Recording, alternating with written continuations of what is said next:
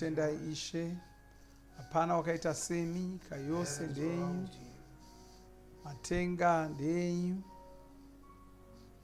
All the nations belong to you.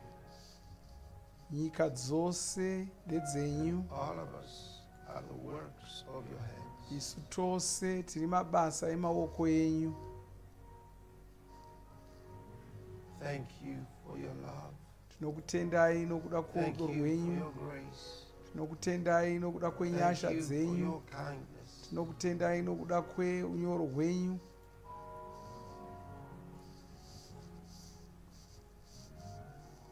Thank you. Tinokutendai. Thank you for the Bible. Tinokutendai nokuda Holy kwebhaibheri. scriptures you've given us Magwaro to inform us, matsvene educate us. amakatipa kuti atidzidzise, ativhure meso, atirovedzere nokutikurudzira. Thank you. Tinokutendai.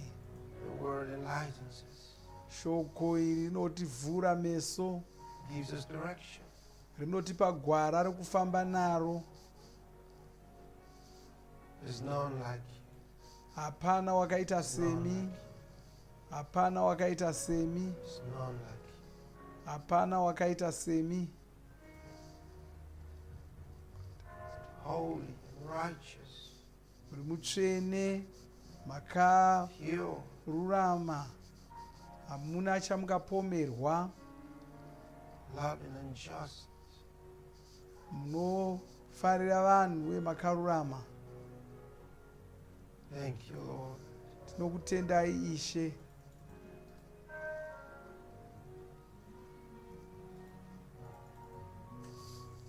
Thank you for this beautiful season Tinokutendai nokuda teaching and guidance, kwemwaka, instruction and prophecy. nguva yamatipa ino yokutidzidzisa nokutirayira Guide our nokutipa minds in gwara. direction of your thinking in this hour.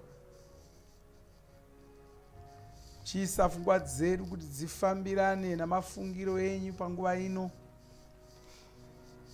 Pray for your children all over the world. Tonyengeterera vana venyu pasi rose.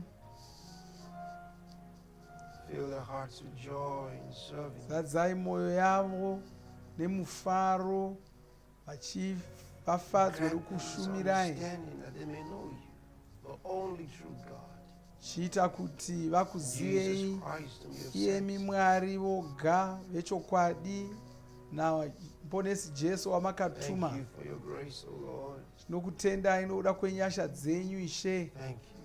Tinokutendai.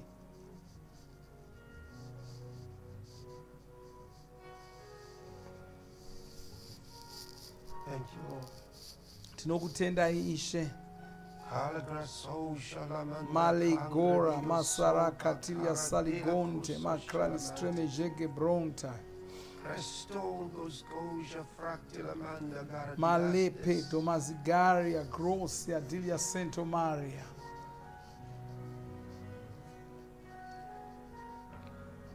Thank you, Lord. Tinokutendai Ishe. Praise God. Mwari I want to ngavarumbidze. welcome you. Toda kukugamuchirai Special season 9, phase 1. kuchikamu chepfumbamwe chakakosha pamusvondo rekutanga rechikamu ichocho. Nhasi ndo zuva rekutanga gore rino ra2024. I thank God Ndotenda Mwari that He's guided us into this hour. vakatitungamirira kuti tipinde tisvike panguva ino, vachitungamirira namweya wavo mutsvene.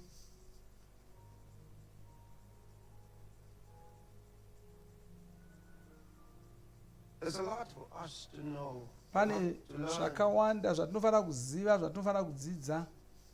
So much is happening. Pane zvinhu zviri kuitika zvakawanda In the chaizvo munyika muno,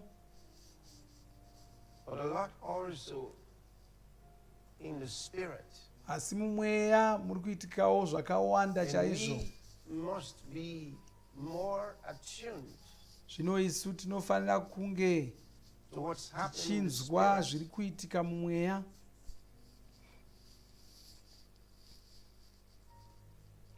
While of course we watch what's happening in the earth, patinenge tichinzwa zviri kuitika mumweya tinenge Because we have takatarisawo zviri the kuitika divine responsibilities. munyika ino, nokuti Mwari vane basa ravakatipa rokuita There are many panyika pano. voices. Kune manzwi in the world. akasiyana-siyana akawanda munyika muno. It matters what voice, Zvakakosha You're listening kuti inzwi rauri kuteerera because kwariri your life will nderipi, go in direction of the voice that you nokuti follow. upenyu hwako hunongoteererawo inzwi raunenge uchiteerera iroro.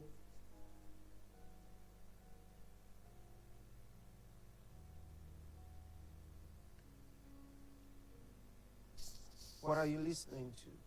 Chii chauri kuteerera What kwachiri? voice are you listening to? Inzwi rauri kuteerera nderipi?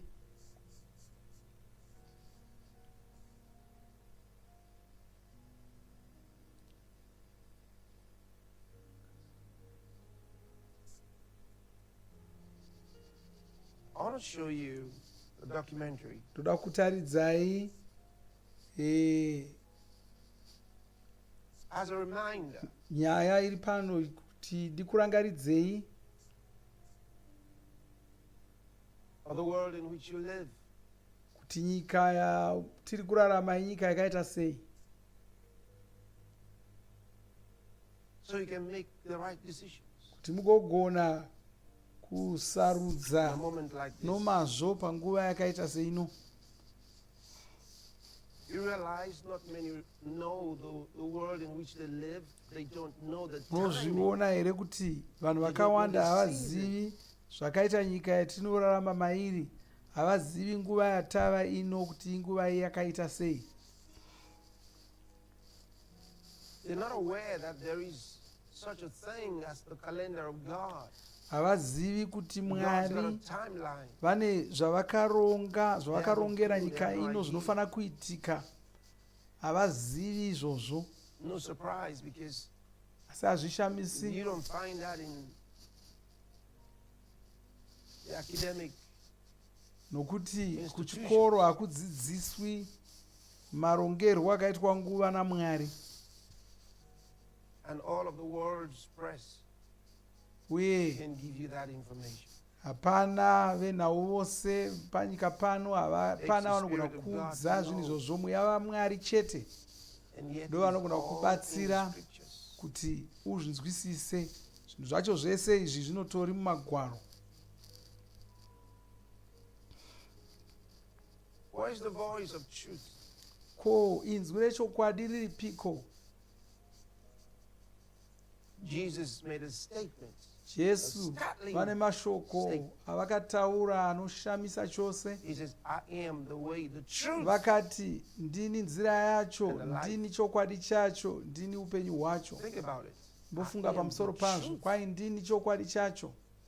Who could ever make such a statement? Ndiani angataura mashoko akaita saiwayo akanzi unoreva chokwadi? Jesus declared himself to Asi be the Jesu truth. With a vakataura definite kuti ivo ndivo chokwadi, vachiti ndivo chokwadi chacho.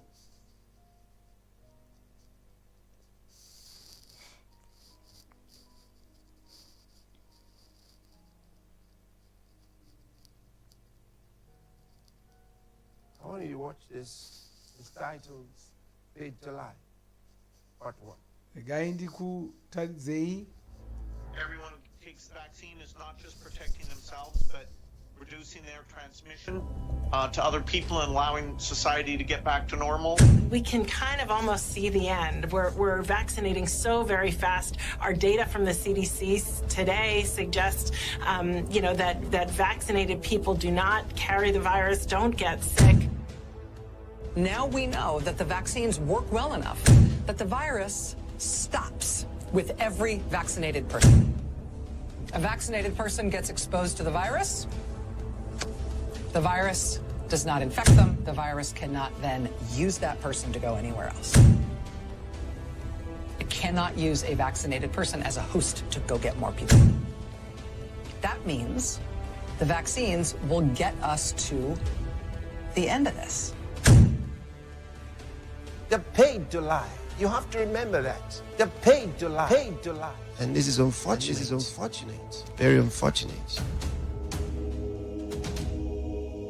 Propaganda, misinformation, disinformation, fake news, these are negative terms that have become commonly associated with the media of our day. However, this penchant to deceive and mislead through the communication of information to the masses have been in the works for centuries. Even Jesus' day was no exception. They bribed the Roman soldiers to lie that the disciples of Jesus stole his body. After the soldiers told them that they were witnesses of the resurrection, the Bible says they gave the soldiers a lot of money to lie. And then the media of that day began to publish it according to the scriptures.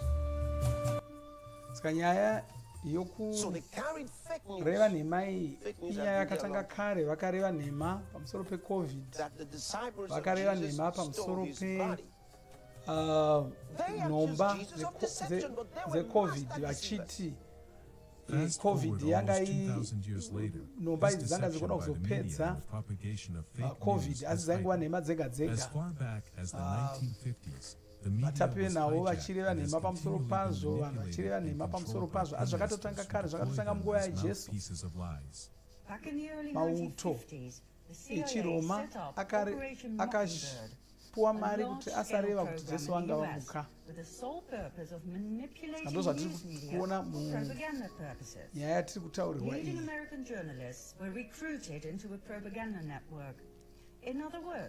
The Secret Service determined Kunyangwe. what was going to be on TV and in the news. Kunyango kuna naAmerica uko tiri kutaurirwa unzo katotanga kare who explains how he circulated disinformation by using apurisa mainstream media journalists at friendly media kuna outlets like CNN naAmerica and the New vachibhadharwa York Times. kunzi This video is more relevant today vachibhadhara than it was when matv it was vachibhadhara originally released in maredhiyo 1983. kuti Former CIA areve agent nhema. Frank Schnepp carefully breaks down the process of laundering disinformation to the press in order to brainwash the masses into believing CIA and government narratives. I had several jobs. One of my jobs was that of analyst. uyo munhu ari kutaura Also as an interrogator and pamusoro indeed brief the press pezvaaita when we, the CIA, achitora nhema wanted dzenhema to achidziendesa circulate kuma-TV disinformation on a particular kuti issue. vanhu vasare If I planted a piece vachiziva of nhema information with a vanhu reporter, vasare I would ordinarily then try to create an Gamuchira nhema environment in which dzega. he could not check the information. I would go to the British ambassador and brief him on the disinformation I had just given the reporter. So when the reporter wanted to cross-check what I told him, saka uyo ari kutaura with, achiti say, the British zvavaita ambassador, ndezvokuti New Zealand ambassador, or what have you, he vai would get false confirmation, the same message coming kuamerica back. kwavaita izvo vaenda Proof that Frank Schnepp told kuvanhu the truth. vese When in vanenge vari fact, munyaya what he'd gotten was simply vonoreva an echo nhema of what I'd given him in vosiya the first place. vakungana navo kuti chero vakazobvunzwa vanozobvuma nhema dziya. In the face of this hijack of the media by power players, it brings home the profundity of deception the world has been plagued with. Once Saka upon a time, nyika the media was an institution born on the foundation of objectively informing and enlightening vatapi the venhavo public to take informed vaisizikamwa decisions. sevanhu But sadly, vanotaura the chokwadi sorry asi state of zvino this institution in recent times has become a zvashanduka far cry from its vakungoreva original nhema intent. Most of ndo the zvava large kupuwa media mari. houses were bought Saka over years ago by the pharmaceutical industry. matv mazhinji akaita saana cnn nevanani vakatengwa nevagadziri Not only vemishonga were they giving kuti them vareve nhema. the largest takatozviona pacovid apo funds in advertising, they eventually vagadziri actually vemishonga ivava ndo began to place people vanopa on their mari boards dzakawanda kumatv vachishambadza zvinhu zvavo ipapo. that those media houses didn't turn Saka against them. iyo iri nzira yekuti They are vatapi the venhavo matv major vashande owners pamwe chete navo of lots of the media houses. chivabetsera kushambadza nhema Sponsors behind. dzavo. So when you say the media in collusion, the reason they're in collusion is They're their paymasters. The food companies, the vaccine companies, they pay us hundreds of millions of dollars a year saka to hire and keep masangano ese aya anogadzira nhomba anogadzira mishonga anoita sei vanotoshanda pamwe chete nematv nevatapenawo vachireva nhema. Monoclonal antibody treatments. Push to the side. Why? Money. Saka chokwadi chose chinenge chichiraswa vanenge vachirasa chokwadi chose kuti vawane mari. I'm there to help people, not to make millions and millions of dollars. So that's the morals of my mom. Billions and billions? I'm trying to be nice. No, Yes. I hear you. I do. I'll still give you a hard time about it. Basically, our Uyu organization is run wanga ari on kutaura akamirira Pfizer How so? achitotaura kuti Pfizer like over 15 yanga yakutoraramiswa nemari yeCovid. So deception becomes a funded project, Saka kureva nhema paid to lie. ratova basa rinobhadharwa. I wonder how many of you who are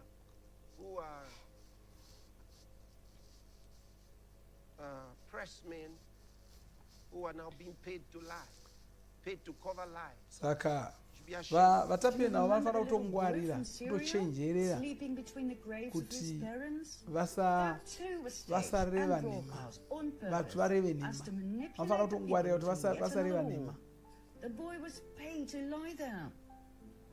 I don't know about you Uyu guys, mwana but watiri it's kuona not uyu unonzi okay. wakatobhadharwawo kuti areve nhema. It's not okay to fake white helmets saving a wounded man right after a bombing, only to have a selfie taken. That's deceit. achiita sokuti wanga avurawa izvi asi It's not asina. okay to lie to the public about Syria and the alleged chemical attacks, so that yet another war can be Nyika justified. dzanga dziri kurerwawo For nhema, months, Syria we were lied to yakarerwa by the nhema, mainstream media. zvinzi kwafa Remember this vanhu poor little girl? vakati You asi probably dziri will, nhema. for she was used Zvose 3 izvo times zvizvi. for 3 different rescue missions in 3 different months in Uyo mwana watiri 2016. kuona I uyu find that shocking. achingoshandiswa achinzi It is not okay to mwana fake attacks on women and children anosungururwa to trigger an emotional kubva response that muhondo, justifies the invasion of asi yet achingori another ndiye foreign ndiye. country.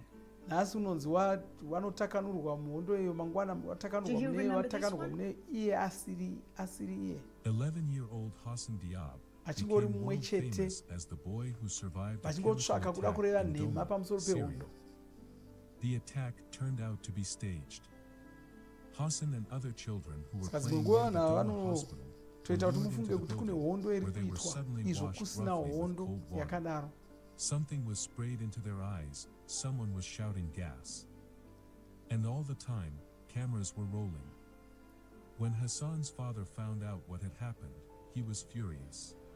So there's the boy and his father, an Vana 11-year-old Syrian vadoko vari boy who kushandiswa. was presented as a victim of a chemical attack, Uyu endued mwana by the uyu white helmets, has wanzi told how his video was wakatonzi shot. wanga Here's the kid. We afafaizwa heard a cry zvinouraya. outside shouting, "Go!" We ran to the hospital, and as soon as I Asi entered, dzaiva they nhema. grabbed me and started pouring water on me. The father speaking, I was doing construction jobs at the local stadium. Ava ndivo baba When I vake found out that my family was in the hospital, I almost went crazy. wakangowana mhuri I yake left work and yatotorwa returned to our yakutonzi district. I didn't see anyone. yanga iri ku I didn't hear anything about the chemical attack. yanonunurwa I find it kuhondo. horrifying to see the well-designed deceit Saka of Western zvatiri people kuona who apa watch and trust the news. inyaya yokuti munyika yatigere yazara nhema, nyika yatigere nhema ndo dzava kunyanya kutaurwa nezvadzo. Vari kureva nhema idzodzo vaine zvinangwa zvavo. Saipapapa kana vari kuda kunorwisa imwe nyika vanogona kutongoreva nhema yokuti nyika iyi yatirwisa, yatikandira chimambaira, yauraya vanhu, idzo dziri nhema. Saka unotoona kuti mapepanhau ese, matv ese anenge akutotaura achitotsigira nyaya iyoyo. Propagators of misinformation. You sometimes hear about liberal bias in the media these days, how they're constantly letting our government off the hook for no good reason. Frankly, I think that's insulting. It's clear that they let us off the hook for a very good reason. Because we paid them $600 million. mutungamiriri wecanada ari kutotaura kuti tv yavo yecanada yakatobhadharwa yakatotengwa. They too are performance artists, not much different from a Hollywood actor reading their lines. For example, before he was fired from NBC News, anchor Brian Williams was making $10 million a year. Dan Rather was making $6 million a year at CBS. Anderson Cooper over at CNN matapenda vanhu vanobuda vatinoona pamatv avo mari dzavanopiwa mamiriyoni namiriyoni namiriyoni akawanda chiita mari yakawanda vachipiwa kuti vareve nhema. Anderson Cooper's $12 million a year divided by 52 weeks in a year is over $230,000 a week, or $46,000 per show. He makes more money in one day than many Americans make in an entire year. And for that kind of money, these television personalities will say and do almost anything. This is nemhaka yekuti vanoverenga nhau pamatv nei vanopiwa mari yakawanda hazvivanetsi kureva nhema nokuti pazuva rimwe chete vanopiwa mari yakawanda kudarika inowanikwa navamwe mugore rese. Through the years, the media have been instrumental in parading several false narratives to the public, who in their unsuspecting innocence are misled by the deception propagated by the mockingbird media. One of such narratives was the liberal agenda, which also inspired hatred about the Christian faith. All of the big three broadcast networks, NBC, ABC, and CBS, try to separate themselves from the cable shows, but promoting the liberal agenda remains at the core of their existence. ABC News claimed that then Attorney General Jeff Sessions delivered a speech to a hate group after meeting with the Christian nonprofit organization, Alliance Defending Freedom, one of the most powerful Christian rights organizations in the country.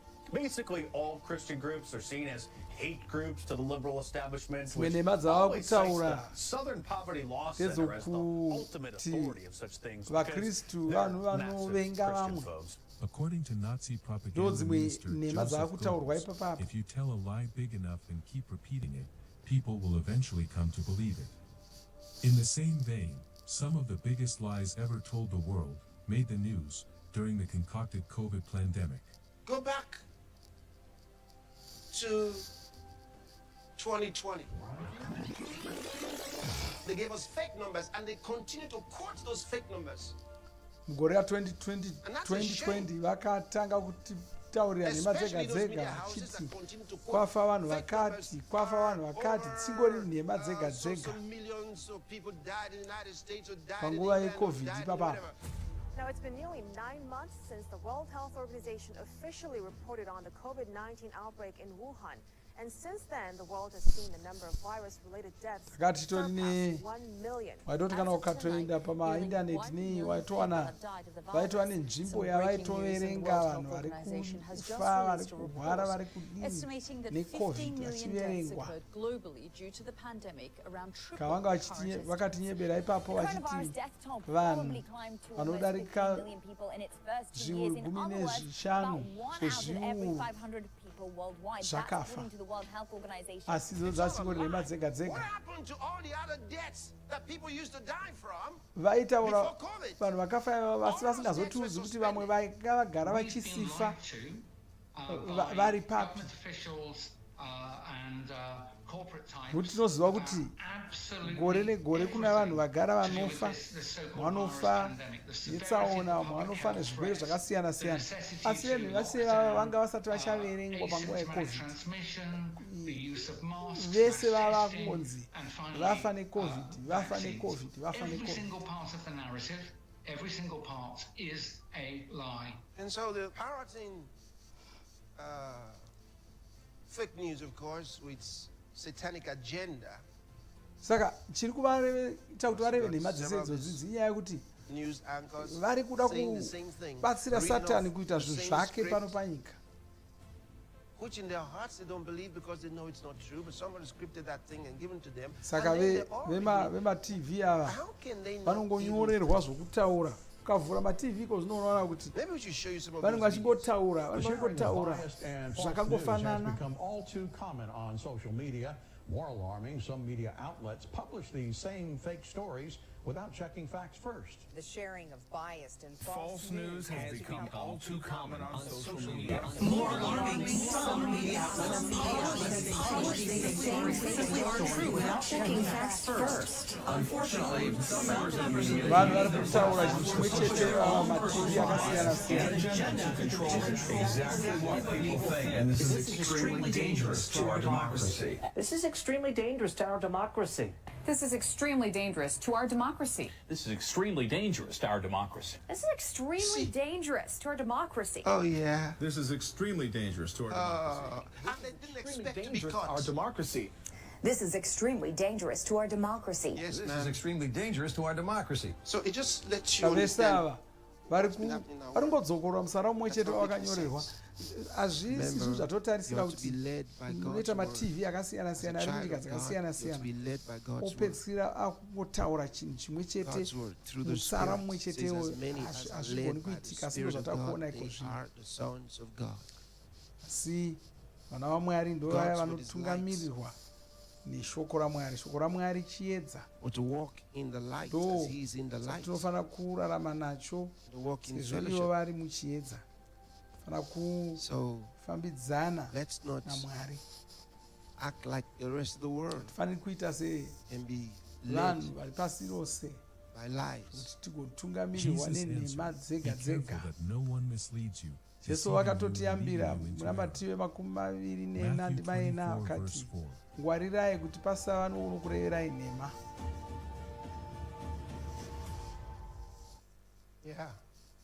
Izvozvo. So let's not act saka ngatirege kuita like the rest of the world. Sezviri kuita nyika vamwe vose pasi rino tinyengerwa. Ngatisanyengerwa. Remember the words of Jesus. Angareya mashoko aJesu. He said, "You are not of the world." Vakati amusiri venyika ino senivo ndisiri wenyika ino, kwaye ndakakusarudzai ndikakubudisai munyika ino. Remember that. Rangarira izvozvo. We have to think differently. Tinofanira kuva namafungiro edu toga. We have to use God's word. Tinofanira kushandisa shoko raMwari to analyze what happens in our world. Kuongorora zvinhu zviri kuitika munyika yedu. We have to use the word. The word of God is light. Tinofanira kushandisa shoko raMwari. Shoko raMwari ndo chiedza. On the things that we are told. Tinofanira kushandisa kuvheneka zvinhu zvatinenge tataurirwa tizvinzwisise zvakanaka. Hatifaniri kutendera vamwe vanhu kuti vaitiite kuti tipedzisire tisagoni kugamuchira zvinhu zvatanga tiziva ndo chokwadi pese apa. For example, the World Health Organization tozvatinoona kuneve zveutano huri pasi rose vanhu vanga vachitaura vachiti manyepo awanda, asi ivo pandemic preparedness treaty, asi ivo vari kugadzira mutemo wokuda kutorera hurumende dzepasi rino masimba adzo. Saka vese vaitaura nezve mutemo iwoyo vanga vachivati vari kureva nhema. Icho chichokwadi. Vanoziva kuti vatungamiri vedzinyika havaverengi, vanongobvumirana nezvinhu. Saka kavanongoenda vongonorevera nhema kumakurukota, makurukota ongonoreverawo vatungamiri vavo nhema. Vopedzisira vangobvumirana nezvinenge zvapiwa zvacho. Vasingazivi kuti zvimwe zvibvumirano izvozvo zvinenge zviri zvokutsvaka kuti nyika ino itongwe pave nehurumende imwe chete inotonga pasi pose. Ndosaka at this time is isu so tichifana important. kunamata zvikuru panguva ino. So important. Zvakakosha kuti tinamate. I want to remind you Ndoda kurangaridzai that the world hasn't really changed kuti nyika haisati yashanduka chaizvo chaizvo. colonizing mentality of yesteryears. Ichine pfungwa dzoudzvanyiriri dzemakore apfuura. The same thinking. Upambi fumi huchimo muvanhu vakanga vachiita zvokupamba fumi izvozvi. Mafungiro iwavo vachinawo okuda kudzvanyirira vamwe vanhu, okuda kudzvanyirira dzimwe nyika, okuda kutonga dzimwe nyika. Mafungiro iwavo achipo. Usafunga kuti shungu dzokuda kutonga nokutorera nokupamba dzimwe nyika, usafunga kuti shungu idzodzo dzakapera. Dzichipo. Chakangoitika chete ndechokuti vakambosendeka zvokuda kushandisa mauto kudzvanyirira dzimwe nyika. Chava kuita iko zvino vakuita zvokuda kushandisa mari, vachishandisa nhema, vachidzvanyirira nyika idzodzo. Many thinking that they have a democracy, but it's not a democracy. You just have vakawanda vanofunga kuti tine utongi hwavazhinji, izvo kana handizvo. Tinongori nezvikwata zvavanhu, zvimagenga zvavanhu ndizvo zviri kutonga dzinyika. Vanhu vakaipa vachirevera vanhu nhema. African and Asian leaders. Uye vari kunyengerwa saizvozvo ndevaya vatungamiriri vokuna naAfrica nokuna naAsia. Vari kureverwa nhema, vachidzvanyirirwa, nyika dzavo dzichipambwa vasingazivi, vachisara vasina masimba okutonga nyika dzavo dzichitongwa nenyika dzokunze. Asi iwe uri muKristu unofanira kunzwisisa kuti magwaro anotijekesera kuti takasiyana chose nenyika ino. Rangarira izvozvo.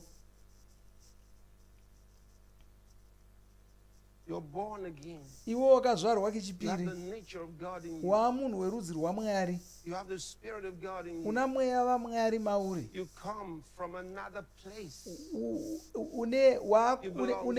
wakazvarirwa kune imwe nyikawo, wakugara muna muponesi Jesu. Saka mafungiro ako anofanira kusiyana nevanhu venyika ino. Shoko ravo ndo chiedza chaunorarama nacho. Don't think like the world. Usafunga sevanhu venyika ino. Don't be ignorant like the world. Uye uine zvinhu usingazivi sezvakaita vanhu venyika ino. Sungano yekare kwanzi vanhu vangu vanoparadzwa nokuda kusaziva. Mweya yavo haizivi, havazivi chokwadi. Vanga vasingatauri pamusoro ruzivo rwomupfungwa asi rwomweya. Mweya yavo ndo yavaiti haizivi chokwadi. Chokwadi.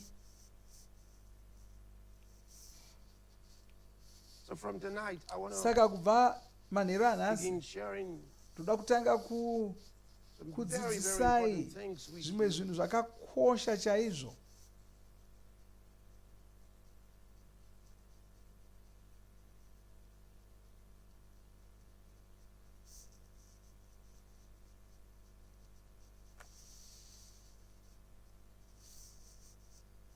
And we're opening the book of Revelation. Tiri kutarira bhuku razvakazarurwa. Chapter 1. Toda kutanga verse 1. Sauko chokutanga, ndima yokutanga. And when I give you the introduction of this book, you'll understand why it's so important today. You'll understand why I'm even teaching the subject. Taurirai pamusoro pebhuku iri munozonzwisisa kuti nemhaka rakakosha panguva yatiri ino uye In kuti some nemhaka inofanira countries, kurinzwisisa. some of the countries have Mune dzimwe bills nyika waiting to be passed, while some dzimwe others nyika have dzine passed them already mitemo yadziri kuda kuti dzidzike. into law Dzimwe nyika dzakatodzika mitemo iyoyo, to prosecute iyo mitemo yacho iri those that they judge yokupa mhosva to have not told the truth. kune vaya vavanenge vachiti hauna kutaura chokwadi. Saka kureva kuti vakazvipa, hurumende dziri kuda kuzvipa simba Powers roku of the truth police. rokureva kuti chokwadi ndechichi nhema ndedzidzi. Ndo vanoda kuti vasarudze ivo Say something vachiti kana ukareva chinhu ndo vakuzviudza vazivi vechokwadi nenhema, vachiti kana ukataura chinhu chavanoti inhema, that's some countries. Some others say paruzhinji if you unotonzi device. wava nemhosva. You don't have to say it if it is found in your device in your computer. Kune dzimwe nyika havatomiriri kuti utaure nhema idzodzo, utaure zvinhu izvozvo. Vakangozviwana zviri kana panhare yako, vanototi wanga wakaronga kuzvitaura, saka watova nemhosva. So they have arrogated to themselves Saka vanhu ava vakazvipa the authority masimba to declare what is truth. okuziva kuti chokwadi ndechocho, nhema ndedzidzi, asi ivo ndivo vanoreva nhema dzakanyanya kuwanda. And there are some Kune who they vamwewo say would be exonerated. vavanoti ava nyangwe vakawanikwa vareva nhema idzodzo asi havasungwi. Establishment media Vaya vanenge vari mumapepanhau will not be namatv prosecuted because anopiwa mari nehurumende, ivava havanzi vanomboreva nhema. Vanongonzi wareva nhema asi kwete noune, with the truth police. nokuti vanenge vari vanohidzana But I just showed you something nehurumende dzacho. from that Asi documentary. ndakutaridzai panyaya yatanga tichiona Those yaya, people intend to lie. vese vanga vachitaura vaya vanhu zvinotori pachena kuti vanga vachitotsvaka, vanga vachida kutoreva nhema, havana kungokaruka vareva nhema. And Kutonzwa former vice president of Pfizer tikatonzwa tell us vanhu vana mazvikokota vanofanira kunge vari kuziva vachiti tanga tiri by his kunyeberwa, former company tatiri kunyeberwa and their ilk. nesangano ranga achishandira. Think about it. Bofunga pamusoro paizvozvo. So let's begin reading. Saka regai titange from verse 1. kuverenga kundima Revelation yekutanga nazvakazarurwa sauko The chokutanga. revelation.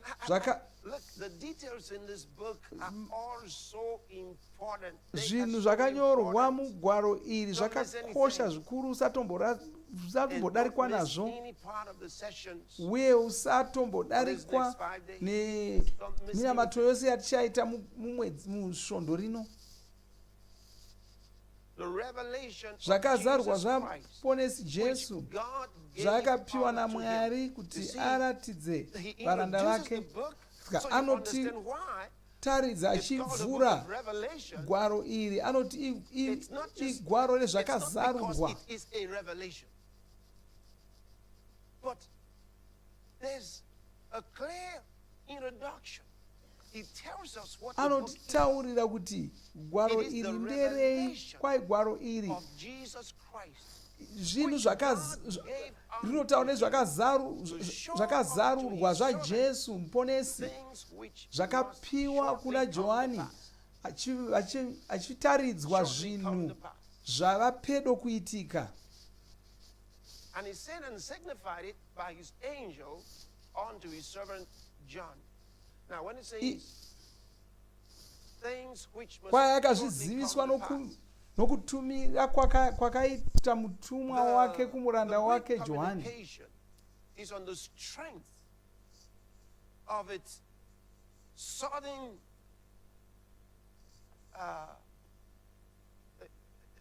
it's coming to pass in quick succession. kana tikatarira muchigiriki tinoona kuti zviri kunyorwa apa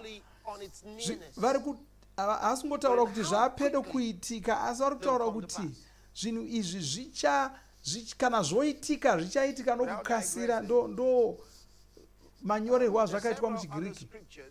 Kune mamwe magwaro akasiyana siyana panoshandiswa mashoko iwayo.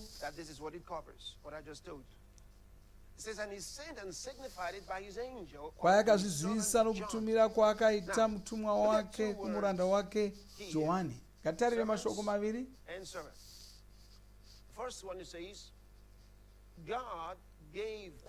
Pokutanga kwanzi Mwari vakapa zvakazarurwa izvi kuna Johani kuti ataridze varanda vake.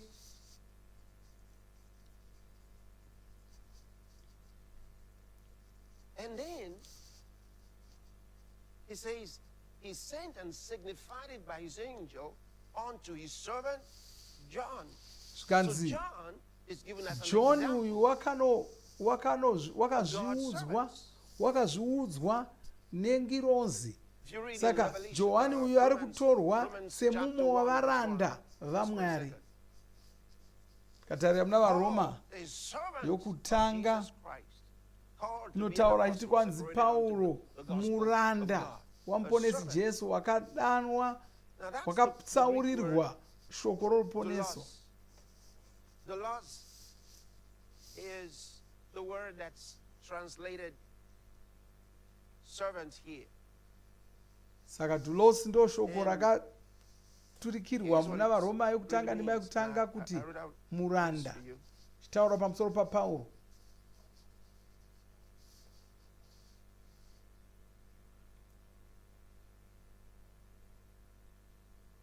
Now, metaphorically, it refers to one who gives himself up to another's will. Shoko iri rinorevawo kutaura pamusoro pomunhu anenge akazvipira kuita zvinodiwa nomumwe munhu. One whose service is used by Christ.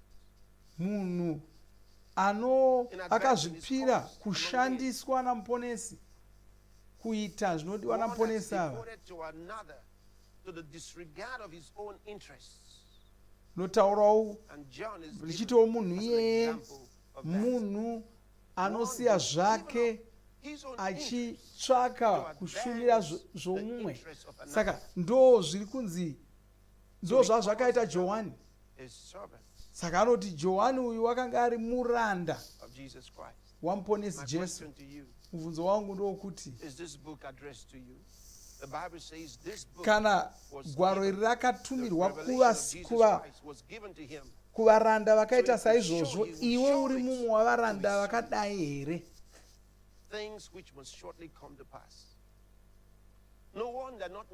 Varanda vakadai ava ndo vari kunzi vari kutaridzwa zvinhu zvichati kana zvoitika zvichaitika nokukasira. Ndosaka vamwe vanhu vakawanda vasinganzwisi gwaro iri nemhaka yekuti havana kuzvipira kuva varanda sezvizvi. Asi vanhu vaya vakasiya zvavo vachitsvaka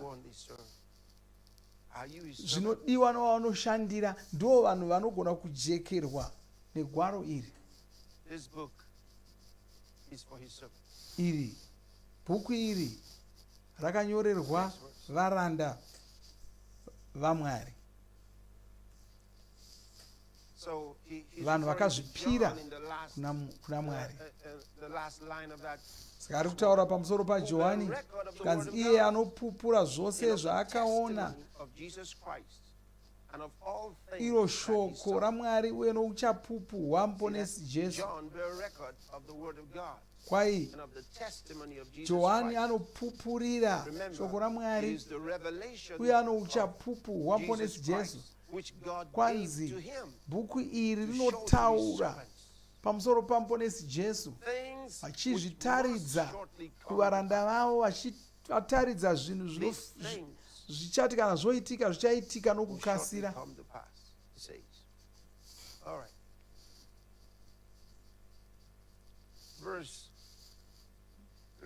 Ndima yetatu.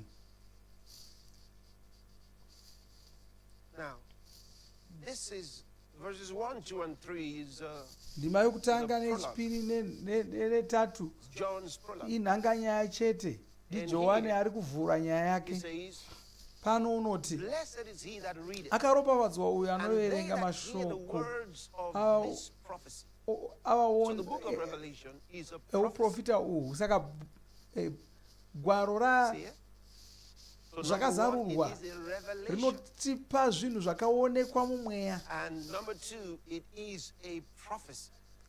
Saka kwanzi It is a prophecy. zvinhu zvatinoona muna zvakazarurwa Blessed is he that readeth, zvinhu zviri and they that hear the words of zvichaitika this mumweya. So just reading it, Saka kungoriverenga uchingoriverenga unoropafadzwa. Kwanzi akaropafadzwa uyo anoverenga mashoko aya. hallelujah. Uyo akaropafadzwa vanonzwa mashoko aya. Thank you, Lord. iti ndakaropafadzwa, iti ndakaropafadzwa. Kwa vanoriverenga akaropafadzwa nevaya vanonzwa mashoko emweya iwaya. Kana uri kutonzwa mashoko amweya ari mugwaro iri vakatoropafadzwa. But there's more. He says, blessed is he that readeth, and they that hear the words of this prophecy, and keep those things. Kwa vakaropafadzwa vanochengeta mashoko aya, vanovachengeta pamwoyo yavo, nokuti nguva yavo yava pedo. Nguva yava pedo. If it was near back then, kana nguva yanga iri pedo panguva yaJohani, kureva kuti yatonyanyisa kuva pedo panguva yedu ino.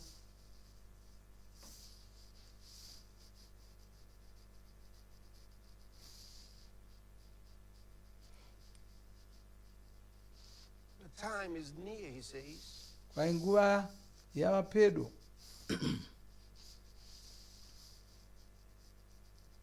Next verse. Timanotevera. John, Johani to the 7 churches. Ku masangano manomwe ari mudunhu reAsia. Saka the book opens here. pandima yetatu wapedza kuvhura wakutanga kuchinyora zvino. Johani kumasangano manomwe ari mudunhu reAsia. Nyasha norugare ngazvive nemi zvinobva kuna iye aripo uya akanga aripo naye achazouya, nokumweya minomwe iri pamberi pechigaro chake choushe.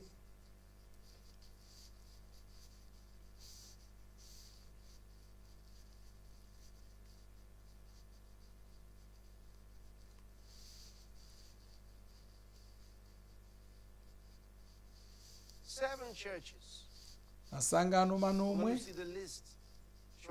Tichanoona kuti masangano aya ndapi. Wangwarire. Kwai Johani achinyorera masangano manomwe ari muAsia. Nyasha norugare ngazvive nemi zvinobva kuna yaripo, yakanga aripo naye achazouya. Ndakuudzai kuti mashoko ose ari mugwaro iri akakosha. Tichange takujekesa zvinhu zvizhinji zvakanyorwa imo uchazonzwisisa kuti sei ndichitaura nechidai.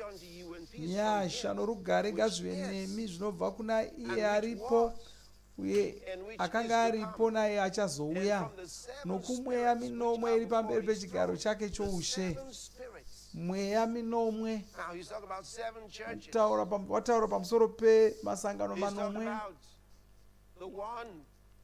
Wataura pamusoro pouya aripo, waivapo achazouya, kureva kuti aripo nhasi, wakanga aripo kare uye acharamba aripo. Nokumweya minomwe iri pamberi pechigaro chake choushe, nokuna muponesi Jesu. Saka waari kuti wakanga aripo ndiye achauya ndiMwari, kuti apa wakutaura pamusoro pamuponesi Jesu ndiye akavhurira Jesu zvinhu izvi. Saka kwanzi nyasha dzinobva kwaari aripo aivapo neachazovapo uye ona muponesi Jesu. So he distinguishes Saka anosiyanisa pakati pa who sits on that throne. ivo vaya vagere pachigaro He talked about the seven na spirits Jesu. which are before his throne. Anti kwanzi nemweya minomwe iri pamberi pechigaro chake naponesi Jesu chapupu chakatendeka. Saka Jesu vanonzi chapupu chakatendeka uye vari dangwe kubva kuvakafa. Ndo dangwe, ndo munhu wakatanga kuzvarwa kechipiri ambofa. Saka Jesu vari kunzi ndo munhu wakatanga kuzvarwa kechipiri ambofa. Saka rangarirai tsananguro iyoyo. Nemutongi wamadzimambo enyika, mutongi wamadzimambo enyika, kuna iye anoti dawe akatisungunura kubva kuzvivi zvedu neropa rake, ndimuponesi Jesu. Vanonzi chapupu chakatendeka, munhu wokutanga kuzvarwa ambofa, tongi wemadzimambo enyika, iye wakatida akatisuka zvivi zvedu neropa rake pachake. Wakatida, wakatifarira, akasuka zvivi zvedu. Tarirai manyorerwo acho, kwaye wakatotida nechekare, wakatifarira nechekare, wakatisuka zvivi zvedu nechekare. Havasi kutisuka nhasi, vakatotisuka kare. Vakatisuka neropa ravo pachavo, kwete neropa rehandira nembudzi, asi ropa ravo pachavo. Rangarirai kuti zvinhu izvi zvinonzi zvakatoitika kare. Kwaye wakatifarira, akatisuka zvivi neropa rake pachake. Mainotevera. Uye akatiita ushe. Wakatisuka zvivi neropa rake, wakatotisuka nechekare zvikanzi. Uye akatiita ushe noupiri. Havasi kutivimbisa kuita zvinhu, hachisi chinhu chavataitira. Vakatotita madzimambo, vakatotita vapiri, vamwari vababa vavo ngave nokubwinya nesimba nokusingaperi peri. Amen. Kwaye vakatotita madzishe, vakatotita vapiri, vapiri vamwari vedu naishe wangu. Vakatifarira, vakatisuka zvivi zvedu muropa ravo pachavo.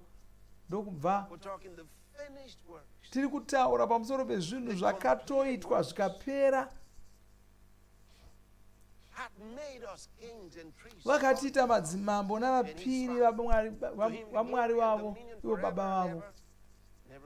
Ngave nokubwinya nesimba nokusingaperi peri. Amen. Hallelujah. Wakatiita madzimambo navapiri.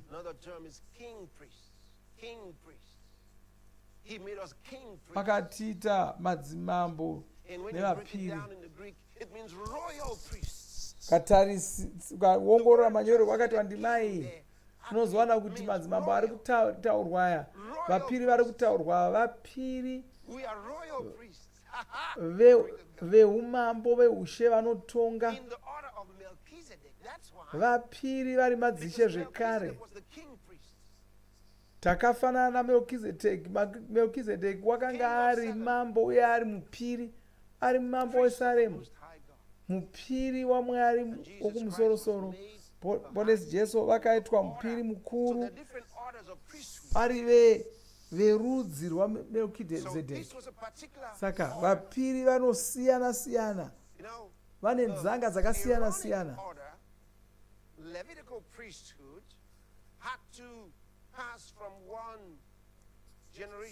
Upiri hwakanga huna Aroni, hwanga huri hwokugamuchidzana. Mudzinza hwanga huri hwedzinza, nokuti vaisagona kurarama nokusingaperi. Asi uyu upiri hwaJesu hwakasiyana nohwaAroni, nokuti Jesu vanonzi kwaye vanorarama nokusingaperi. Saka ndivo vanoramba vachingori mupiri narini narini. Taura saka upiri hwavo ndohwerudzi rwaMelkizedheki, nokuti Melkizedheki anonzi wanga asina paakatangira uyezve wanga achizoramba aripo. Kwaye Melkizedheki wanga achazogara ari mupiri nokusingaperi. Saka shejesu vakauya vaita mupiri mukuru vari verudzi rwaMelkizedheki. Zvino isu takazvarirwa munzanga iyoyo, takazvarirwa muupiri ihwohwu, ndo hwatinahwo. Takaitwa madzimambo, takaitwa vapiri vaMwari nababa vavo. Hai, ngavakudzwe saMwari uye ngavatonge nokusingaperi. Izvi zvinoshamisa. Vakatiita madzimambo navapiri, madzimambo nevapiri. Izvo zvinoreveiko? Zvinoreva kuti tine basa ratakapiwa. Zvinoshamisa kuti vanounza zvinhu izvi, vanotanga vatijekesera zvinhu izvi, vachivhura gwaro iri kuti tinzwisise chimwe chinhu, mwoyo yedu inzwisise chimwe chinhu, nokuti ane mashoko amweya anofanira kutitaurira aya. Saka anoda kuti tigare taziva kuti tiri vapiri. Anoda kuti tinzwisise kuti mashoko amweya aya ari kupiwa kuvapiri, madzimambo vari vapiri. Saka uchaita sei namashoko iwaya?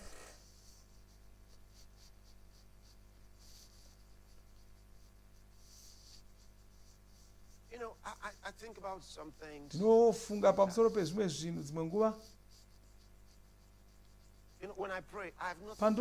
Pandonamata handina chandokumbira Mwari, handina chokukumbira Mwari, handina pandoti Mwari deno vandipawo. Ndingori nebasa rimwe chete, ndonzwisa basa irori. Basa rangu riri nyore.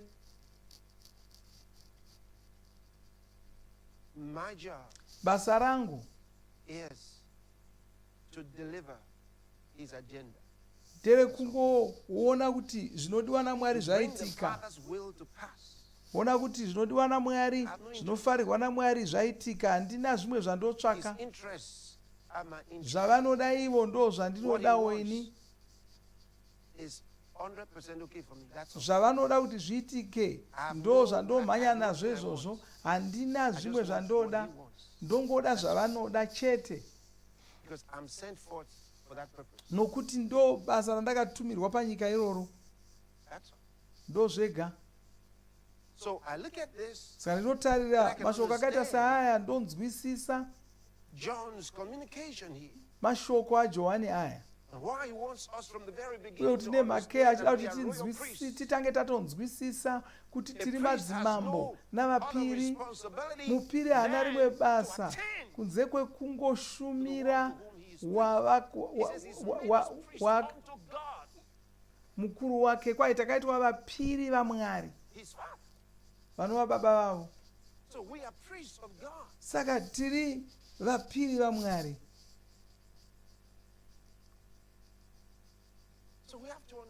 Saka tinofanira kunzwisisa basa redu nezvatinofanira kuita, zvatinotarisirwa kuita.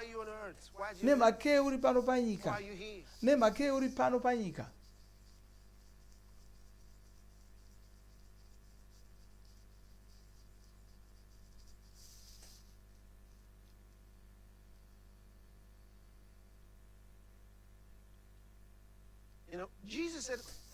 Muna, Jesu akataura mashoko mamwe chete wayo, vakati chishuwo changu, basa rangu, kwai basa rangu randakapiwa ndorokuita zvinodiwa newakandituma ndipedze basa iroro. Ndofanira kuriita ndiripedze. Ndo zvakataurwa naJesu. Kwanzi ndine basa randakapiwa. Basa iri ndorokuita zvinodiwa newakandituma ndipedze zvinhu izvozvo.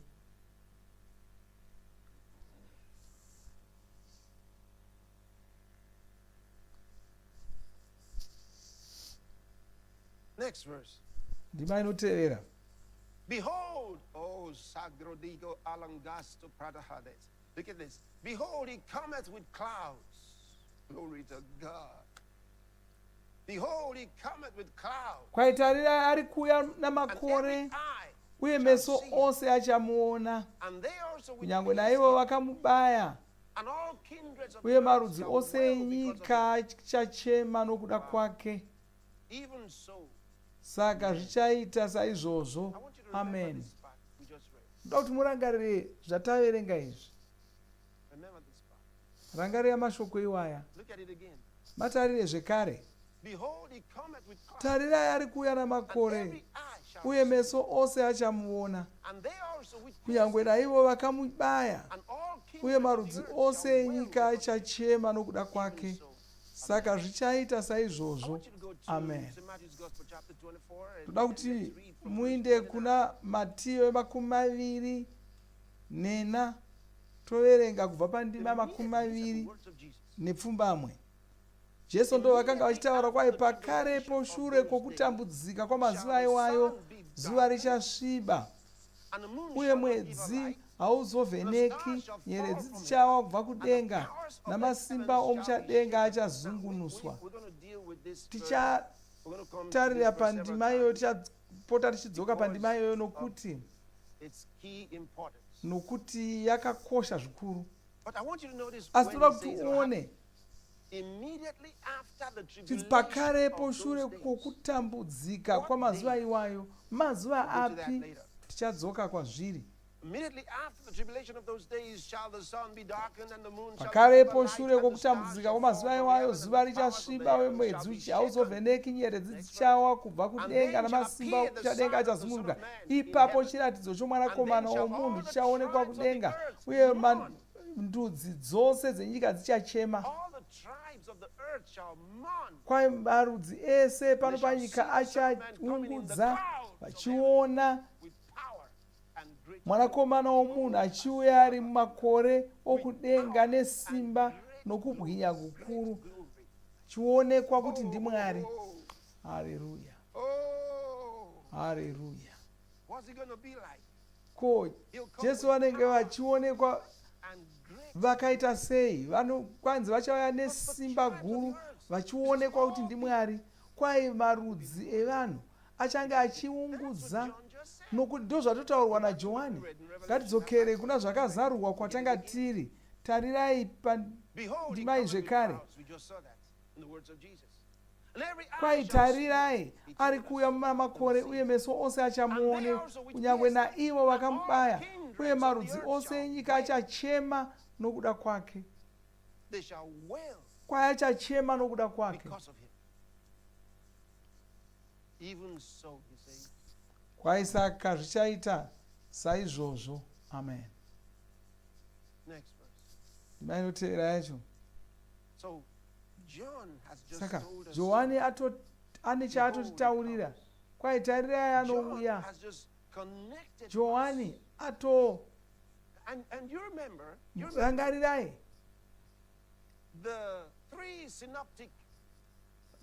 magwaro matatu aya anotaura nezvenhoroondo yokuramba kwaJesu panyika, Matiyo, Mariko naRuka. Vose vanotaura pamusoro paizvozvi. Jesu pavakataura mashoko aya okudzoka kwavo, vanyori magwaro ese aya ari matatu akanyora pamusoro akanyora nyaya iyoyo, chitaura zvimwe chete izvozvo. Asi Johani haana kutaura pamusoro penyaya iyi. Haana. Hauwani muna bhuku raJohani, hauwani nyaya iyi yemazuva okupedzisira akataurwa nevamwe vanyori. Vamwe vese vakanyora, asi Johani haana kunyora. Johani wakauyawo nerimwe gwaro rakewo, rinova zvakazarurwa, ndokubva osimbisa zvakanga zvataurwa navamwe vanyori vana Matiyo, Mariko naRuka. Ndokubva ozvitaura namanzwisiro ake. Ivo vakanga varipo vose Jesu pavakataura. Kwaitarirai ari kuuya mumakore, uye meso ose achamuona, kunyange naivo vakamubaya, uye marudzi ose enyika achachema nokuda kwake. Saka zvichaitika saizvo. Amen. Kwanzi ndini Arifa naOmega, ndini wokutanga nowokupedzisira, ndizvo zvinotaura Ishe Mwari. Iye aripo, akanga aripo uye achazouya, wamasimba ose. Saka ari kuudzwa mashoko amweya zvikanzi taura, iti hezvino zviri kutaurwa naIshe, ndini wokutanga, ndini wokupedzisira. Ndizvo zvinotaura Ishe Mwari, iye varipo, akanga aripo uye achazovapo, wamasimba ose. Ndima inotevera yacho. Ini Johani, hama yenyu nomufambidzani wenyu mumatambudziko, mumambo nokukutsungirira nomwoyo murefu wedu muna Jesu. Ndakanga ndiri pachitsuwa chePatimosi nokuda kweshoko raMwari uye nouchapupu hwaJesu. Johani wakanga anorasirwa kuchitsuwa, asungwa, avharirwa ndokunokandirwa ikoko kuti afireko. Ariko saizvozvo ndo paakataridzwa zvinhu izvi mumweya, ndo zvaakanga akunyora zvino. Kwaijo, ini Johani, hama yenyu, mufambidzani wenyu mumatambudziko, mumambo nomukutsungirira nomwoyo murefu wedu muna Jesu. Ndakanga ndiri pachitsuwa chePatimosi nokuda kweshoko raMwari uye nouchapupu hwamuponesi Jesu. Saka Johani wakanga asungirwa kuparidza ruponeso. Ndima inotevera. Pazuva raShe ndakanga ndiri mumweya. Zuva raShe iri ndo ratinoti svondo nhasi. Ndo ratinoti svondo. Ndo zuva rinouya mushure mechisi chaShe. Kareko vatsvene vakatora zuva iroro nokuti ndo zuva iro Jesu vakamuka kuvakafa, vakamuka mangwanani mushure mechisi chaShe. Ndakanga ndiri mumweya uye ndikanzwa mumashure mangu inzwi guru rinenge rehwamanda. Ndakanga ndiri mumweya pazuva raShe. Saka kureva kuti une zvaakanga achiona mumweya, une zvaakanga achiona mumweya, achiona zvinhu mumweya. Kwai ndikanzwa kumashure kwangu. Saka wakanga ari mumweya kudaro, wakanzwa kumashure kwake, kureva kuti harisiri kutsanangura, asi kutaura pamusoro perutivi semanziviro atinoita tiri panyika pano. Wakanga ari mumweya, saka rutivi rwaari kutaura urwu ndo rwepamweya. Saka anga asiri kunzwa inzwi richitaura riri kumashure kwake ari pano panyika, asi wainzwa richitaura kumashure kwake ari mumweya. Wakanzwa mumweya kuti inzwi iri rakanga richibva taura riri kumashure kwake. Kwandakanzwa inzwi guru rinenge rehwamanda, kwai ranga richiita sehwamanda, ranga ari mumweya. Ndo maari kutsanangura zvinhu izvi. Kana ukanzwa inzwi rinoita sehwamanda, hauzonzwi kuti rinotaura kuti chii kana ukateerera nzeve dzako, asi wakagona kuziva kuti wanga ari mumweya. Pane zvimwe zvishoma zvanoda kutaridzai tichitaura.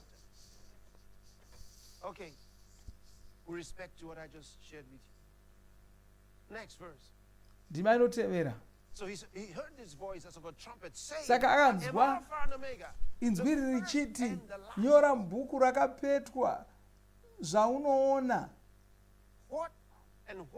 Akanzwa richiti, ndini wokutanga newokupedzisira.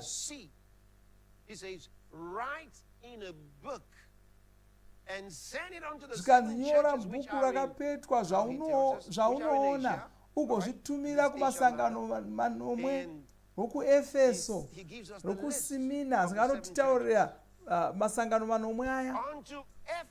Kwaye wotumira kuEfeso, kusimina, kuPergamo, kuTiatira, kuSadisi, kuFiladelfia, nekuLaodikia. Hallelujah. 7 churches. Masangano manomwe. Now when we dealt with this, patakambotaura pamusoro pemasangano aya ndakakutaridzai kuti ari kupi. Ndichakutaridzai zvekare kuna masangano iwayo, kwanga kuna masangano iwayo,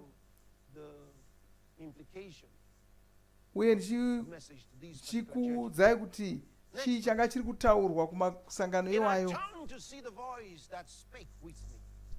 Kwai ndakatendeuka ndikatarisa kuti ndione inzwi rakanga richitaura kwandiri. Inzwi iri raitaura sehwamanda, asi wakanzwisisa zvaraitaura. Paakatendeuka saizvozvo, kwanzi ndakaona zvigadziko zvomwenje. Saka akati atendeuka kuti aone kuti waitaura ndiani, ndokuona chigadziko chomwenje, haana kuona munhu. Now just so you can understand what actually he saw, I want us to read this from the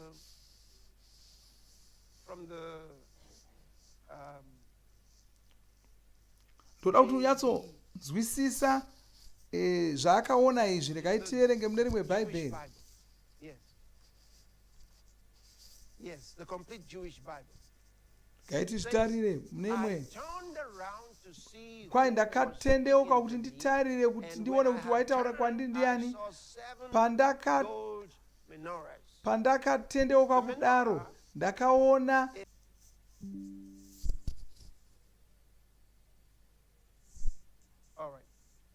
Let's move to the next verse. Gaitipinde pandima inotevera. And among the menorahs, uye pakati pezvigadziko zvemwenje pakanga pano mumwe akanga akaita somwanakomana womunhu, akafuka nguo yaisvika kutsoka dzake, uye ane bhandire rendarama pachifuva chake. Musoro wake nebvudzi rake zvakanga zvakachena semakushe, zvakachena sechando, uye meso ake akanga akaita somurazvo womoto. Tsoka dzake dzakanga dzakaita sendarira inopenya muvira romoto, uye inzwi rake rakanga rakaita semubvumo wemvura zhinji. Apa haana kuzoti inzwi raiita serehwamanda, kwai rakanga rakuita semubvumo wemvura zhinji. All right, so you go back to the King James and let's read it from I saw what it looked like. Okay, it looked like the arrangement of the menorah. And I turned to see the voice that spake with me. Being turned, I saw 7 golden candlesticks. And in the midst of the 7 candlesticks, uye pakati pezvigadziko zvemwenje pakanga pano mumwe akanga akaita somwanakomana womunhu, akafuka nguo yaisvika kutsoka dzake, uye aine akasunga muchiuno nendarama, akasunga chifuva chake nendarama. Musoro wake nebvudzi rake zvakanga zvakachena semakushe, zvakachena sechando, uye meso ake akanga akaita somurazvo womoto. That's interesting. Doesn't that say something? His head and his hairs. Kwanzi musoro wake nebvudzi rake. Do you get it? We're white like wool. Zvanga zvakachena semakushe, sechando. Of somebody in the earth, his head was white. His hairs was panyika pano hapana munhu wakadaro, saka munhu ari kutsanangurwa uyu haasi wakanga ari panyika. Hazvina kunzi wanga ane vhudzi revarungu. Aiwa, vhudzi rake kwai ranga riri jena semakushe emakwai. his head and his hairs were white like wool. Kwai musoro wake nevhudzi rake zvanga zvakachena semakushe, zvakachena sechando, waiona izvi mumweya. Meso ake kwaye akanga akaita somurazvo wemoto. Tsoka dzake dzakanga dzakaita sendarira inopenya muvira romoto. Tsoka dzake kwete shangu dzake, kwai tsoka dzake dzakaita sendarira inopenya iri muvira romoto. Uye inzwi rake rakanga rakaita somubvumo wemvura zhinji.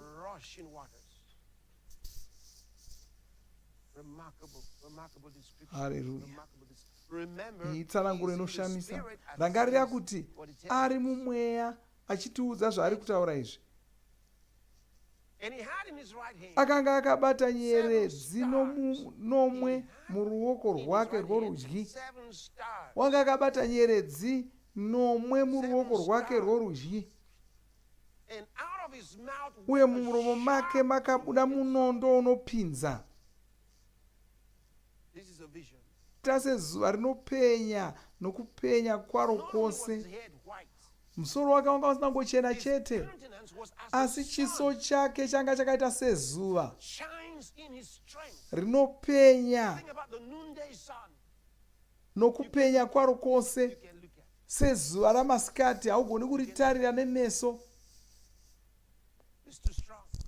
Rine chiedza chakawandisa chingatokukanganisa meso ako. Asi ari kuona izvi mumweya. Mumweya unogona kuona zvinhu zvakaita zvirambwe zvinodatsanangura. Unogona kuona zvinhu, uye kana ukabatsirwa kunzwisisa unogona kuzvinzwisisa. Pane zvimwe zvaunogona kuona mumweya ukasazvinzwisisa. Johani ane zvimwe zvaakaonawo mugwaro umu zvaasina kunzwisisa.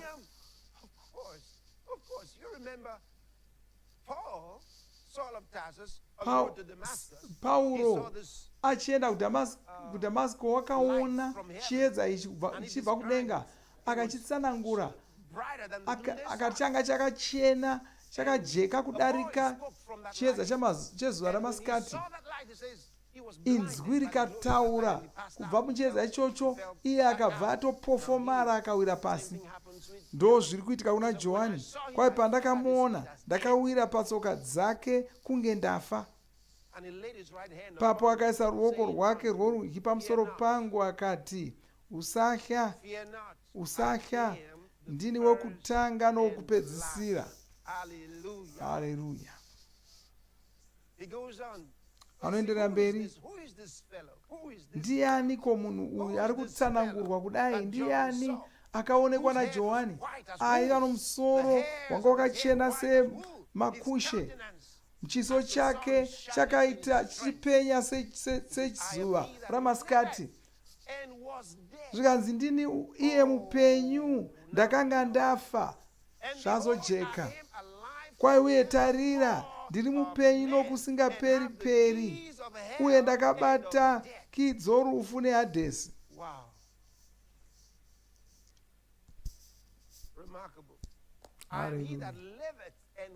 Ndini iye mupenyu, ndakanga ndafa, uye tarira ndiri mupenyu nokusingaperi peri, handichazofizve, ndava mupenyu zvachose. Ndindana nemakii erufu neekuHadhesi. Zvikanzi naizvozvo nyora zvawaona. Tarirai, ndoda kuti muongorere zviri kuitika. Nyora zvawaona. Taona zvinhu zvose zvaakaona, ndosaka azvinyora. Kwai zvinhu zvawaona. Rangarirai kuti watotiudza zvaakaona. Saka tenzi vakabva vati chinyora zvinhu zvawaona. Zvinhu zvaangaona zvii? Kwanzi ndakatendeuka kuti ndione waitaura neni. Pandakaona, ndakaona zvigadziko zvinomwe mwenje minomwe pachigadziko. Wakanga ari pakati pacho, wakanga akabata nyeredzi nomwe. ndobva utsanangura chiso chomunhu iyeye, ndokutsanangura meso ake, tsoka dzake, and a sword muromo make kwai muchibuda munondo from his mouth. unocheka kwose. Look at this. Tarirai, Write the things zvikanzi nyora zvinhu zvawaona, and the things which are.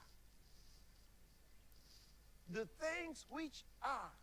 nezviripo, kwai nyora zvawaona, zviripo zvino nezvichazoitika shure kwaizvozvi. And the things which shall be hereafter.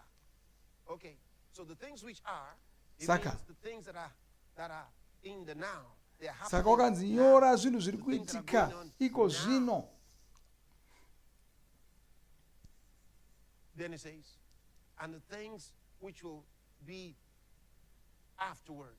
Zvikanzi unyorezve nezvimwe zvichazoitika mushure maiko zvino. Oh, glory to God. Haleluya. Glory to God. This is huge. Iyi nyaya huru iyi. Now, move to the next verse. Pindai mundima inotevera. He tells him what they are. Look at it. Umutaurira zvinhu zvacho. Because I told you, Ndoda kutaurirai. if you listen Ukateerera nomazvo, to the ukanyatsoteerera verses kundima very idzi, carefully, you see that all the unozowana details are so kuti important. zvose zviri kunyorwamo zvakakosha, nokuti anozvitsanangura paari kuenderera The mberi. mystery of the seven stars, which Chakavanzika chenyeredzi nomwe dzawaona muruoko rwangu rworudyi, see, it says, write the things that you have seen. kwainyora zvinhu Mystery of the zvawaona. seven stars which thou sawest in my right hand. Chakavanzika And the chenyeredzi seven golden nomwe candlesticks. dzawaona muruoko rwangu It tells norudyi, him, the seven stars are the nechezvigadziko angels of the zvinomwe seven churches. zvemwenje ndechichi. Nyeredzi nomwe ndiwo vatumwa vekereke nomwe vemasangano manomwe, Of the seven churches. And the seven candlesticks uye which zvigadziko thou sawest zvinomwe are the seven churches. zvemwenje ndiwo masangano The seven manomwe. candlesticks. Saka zvigadziko zvomwenje ndiwo masangano acho, nyeredzi ndo vatumwa vacho. So here he says, Saka pano those candlesticks are the seven churches. anotaura achiti zvigadziko zvomwenje izvi ndo masangano manomwe, nyeredzi nomwe ndo Depending on the translation that you're using, vanhume dzakatumwa kumasangano manomwe aya. is translated angels in some messengers, some pastors, and so on. So those of them that use the term angels are a Mamwe little mabhaibheri misleading for a reason. anoti Because the same word nyeredzidzi actually that's translated vatumwa kana kuti angel is nyeredzi translated ingirozi, messenger. asi izvozvo handizvo chaizvo. It's translated messenger. But why you know that this is not Asi ngirozi handidzo dziri kutaurwa pano, like you would say angel Gabriel, like you say angel Gabriel, how you should know is because he tells him to write to them. tinoziva kuti hadzisi ngirozi dzokudenga, nokuti Johani anonzi nyorera nhume idzi tsamba. Zvino haukwanisi kunyorera ngirozi tsamba. The seven stars are the messengers Saka of the seven nyeredzi churches. nomwe idzi inhume And the messengers of the seven dzemasangano churches, because they're called manomwe messengers of aripo, God. They're the ministers of God. ndo and the seven vashumiri churches. vaMwari. And in fact, when you read further, he addresses the message to the churches, to these messengers of the church. Saka unoona kuti tsamba dzakanyorerwa kumasangano aya, tsamba dzacho dzakatumwa kunhume idzi, kureva kuti izvo zvinokubatsira kuti unzwisise kuti nhume dzacho idzi kana kuti vatumwa vacho vari kutaurwa ndevapi, vafudzi vemasangano iwayo. Messengers, that's the Greek. Healers of the seven churches. And the seven candlesticks which thou sawest are the 7 churches. Wonderful. So, this concludes the saka apa ndopanoperera chitsauko chokutanga of this book of Revelation. Chitsauko chokutanga chegwaro irori razvakazarurwa. Into the second part. But let me give you the analysis here that you require. Gaindimbokutsanangurirai zvimwe zvamunofanira kuziva ipapa. You would notice that uchazoona kuti from verse 10 to verse 19, kubva pandima yegumi kusvika pandima yegumi nepfumbamwe ndo zvinhu zvakaonekwa naJohani zvari kunzi zvinyore pasi. Tinozviwana zvinhu izvozvo kubva pandima yegumi kusvika pandima yegumi nepfumbamwe nezvinhu zviripo. Zvinhu zviripo ndo zvatinozoona muchitsauko chechipiri nechitatu. Ndo patinoona achitsanangura mamiriro anga akaita zvinhu panguva iyoyo. Anotsanangura mamiriro anga akaita zvinhu panguva iyoyo. Izvo zvose unozozviwana muchitsauko chechipiri nechitatu. Zvinhu zvaanoti zvichazoitika mushure maizvozvo ndo zvatinoona kubva pachitsauko chechina kusvikira kuchitsauko chemakumi maviri nembiri. Kubva pachitsauko chechina kusvika kuchitsauko chemakumi maviri nembiri anobva atitaurira zvinhu zvichazouya. Chakakosha pamusoro pezvinhu zvinonzi zvichazouya mumashure izvozvo. He meant after what is happening now. Waireva kuti zvinhu zvichazoitika mushure mezvakanga zviri kuitika panguva iyoyo.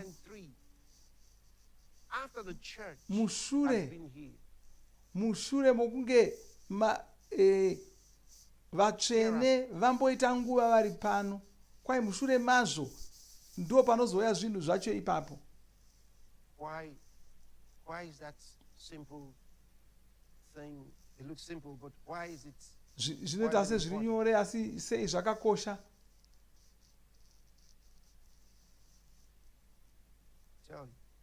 Kandikuudze kuti sei zvakakosha.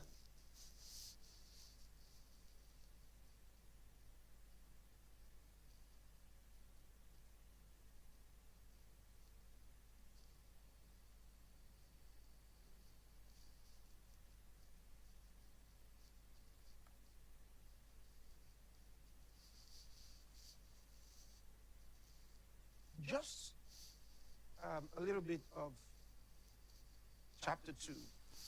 Regai tingodongorera muchitsauko chechipiri kubva pandima yekutanga.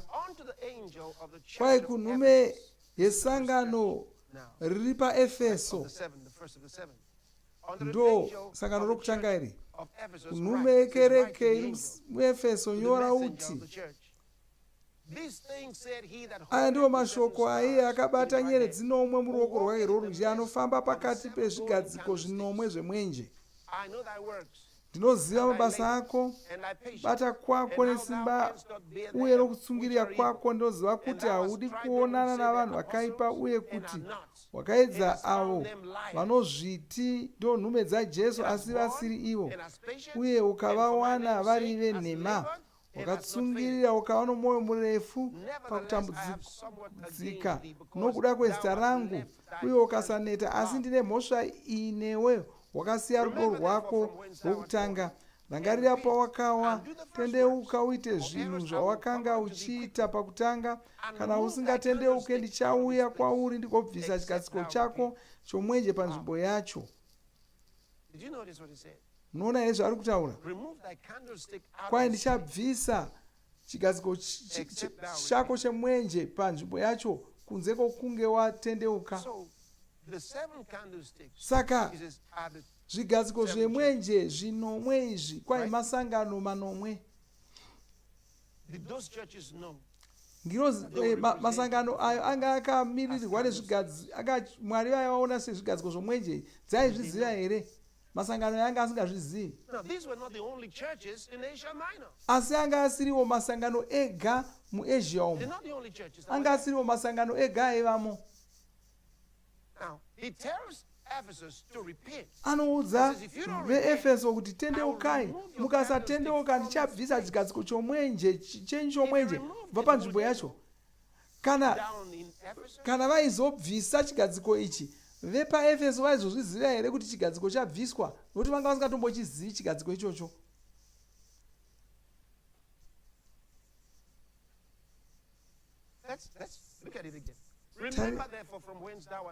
kwai rangarira pawakawa tendeuka uite zvinhu zvawakanga uchiita pakutanga kana usingatendeuki ndichauya kwauri ndigobvisa chigadziko chako chomwenje panzvimbo yacho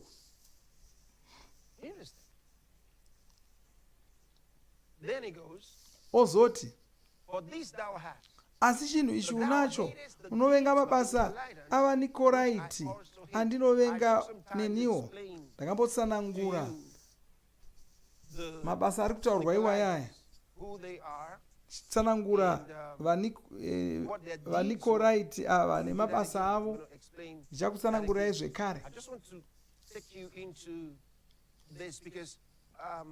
as I did the last time, chapters 2 and 3, I dealt with them separately. zvandakaita pandakapotareya gwaro iro riri chitsauko chechipiri nechitatu takazvitaura nezvazvo zviri zvega ndo zvandichaita zvekare kunono anosiyanisa zviri pachena anosiyanisa zvinhu zviripo nezvinhu zvinichazoitika mumashure ndoda kunyanya kusimbisa zvinhu zvichazouya pamberi apo ndisati ndadzoka pazvinhu zviripo nemhaka iyi ndichida kudaro nokuti zvinhu zviripo nhasi ndoda kuti zvitarire tichiona kuti zvinorevei kwatiri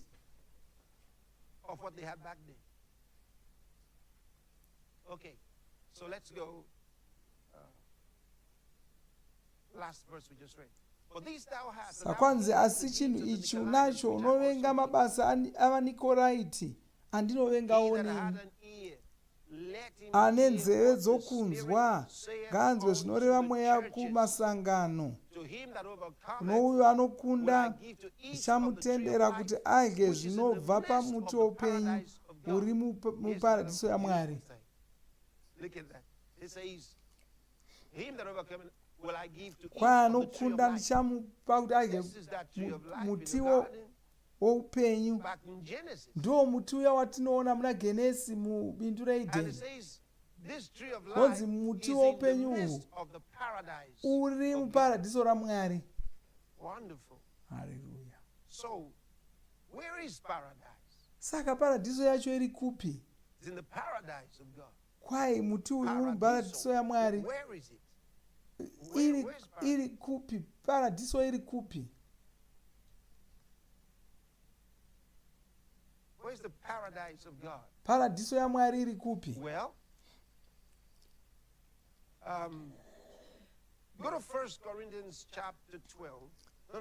2 Corinthians. Ngaitinde kutsamba yechipiri kuvaKorinde chitsauko chegumi nembiri. From verse 1.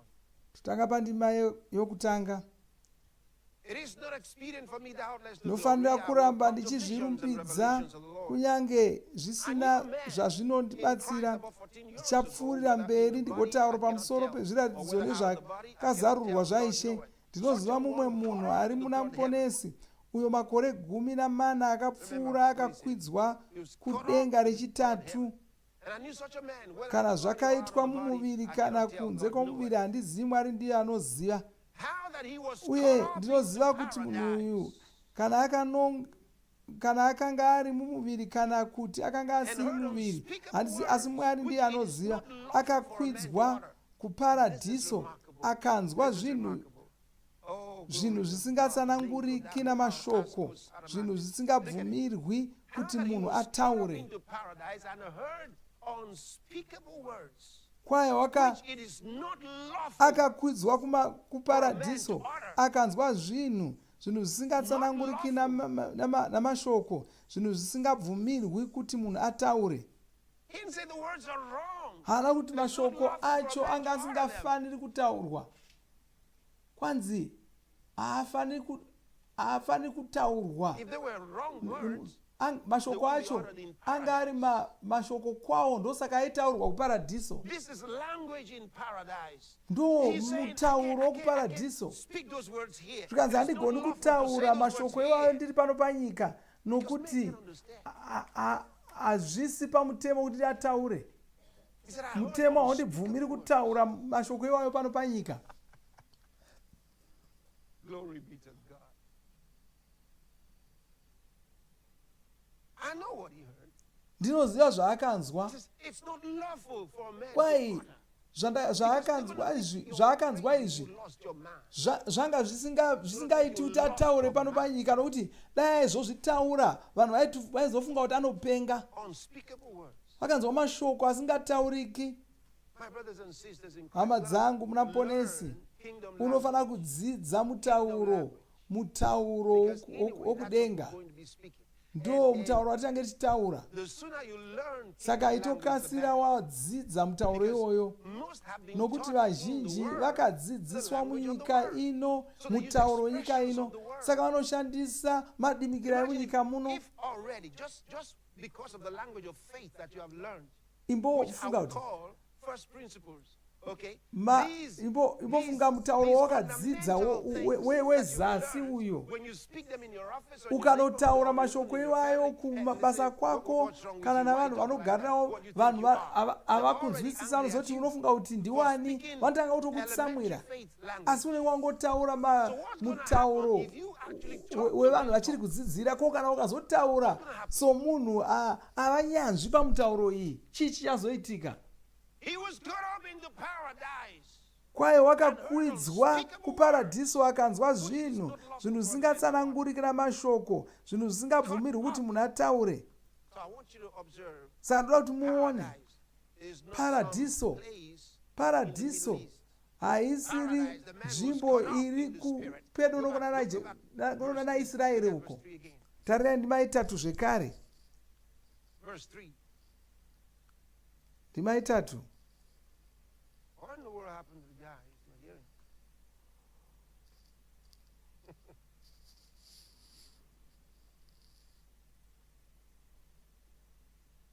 And I knew such a man Uye ndinoziva kuti munhu uyu, kana akanga ari muviri kana kuti akanga asiri muviri handizivi, asi Mwari ndiye anoziva, akakwidzwa Read kuparadiso. it from verse 1.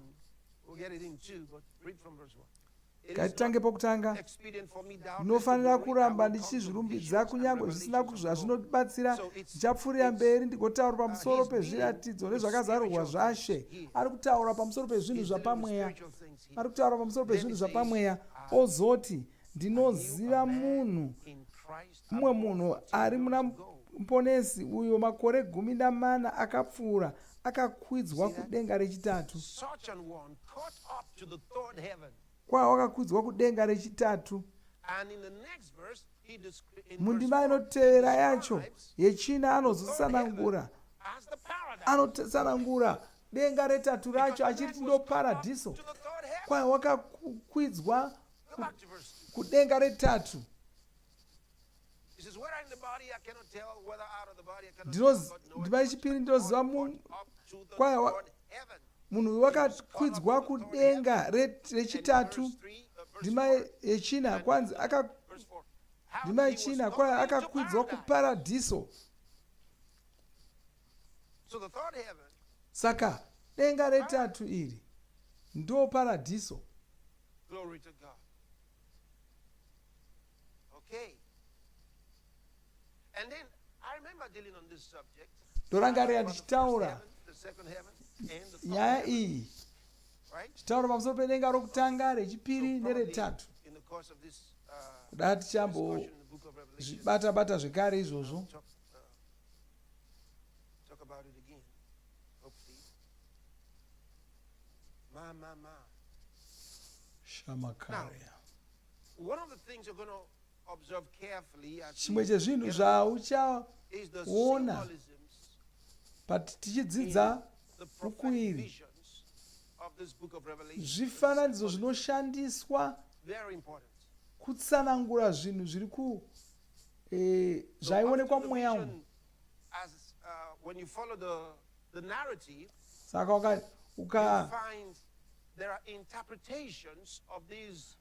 Saka ukaverenga zvinotaurwa zvacho, zvifananidzo zvacho zvitanga kutsanangurwa. You're reading not the actual characters, okay, not the actual characters themselves, especially when it tells you that it was a sign or a symbol. Saka pose paunozonzi changa chiri chiratidzo kana kuti changa chiri chifananidzo, unofanira kuzotsvaka kuti chakamiririra chii. Sezvatombotiudza achiti muruoko rworudyi rwowakanga achitaura naye mamune nyeredzi nomwe, kwai murume wakanga akabata nyeredzi nomwe mumaoko ake, kwai asi kwai nyeredzi idzodzo vanga vari vanhu, vanga vari vanhu, vanga vari vanhu vaifanira kuzonyorerwa matsamba naJohani. Saka zvifananidzo izvi zvakakosha mumweya. Maonekerwo azvinoitwa mumweya handiwo maonekerwo azvinoitwa panyika pano. Saka unofanira kurega zvotsanangurwa nengirozi yakatsanangura yakatumwa kuna John kunochita shoko kuna John. Dzimwe tsananguro dzacho dzirimo muno zvakazarurwa, dzimwe tsananguro dzacho hauzodziwani muna zvakazarurwa, unonodziona kuna naDhanieri, kuna naEzekieri, kuna naZakaria, nana Isaya, nana Jeremia, pamwe chete namapisarema. Saka zvinokubatsira kuti ugonyatsokunzwisisa zvakajeka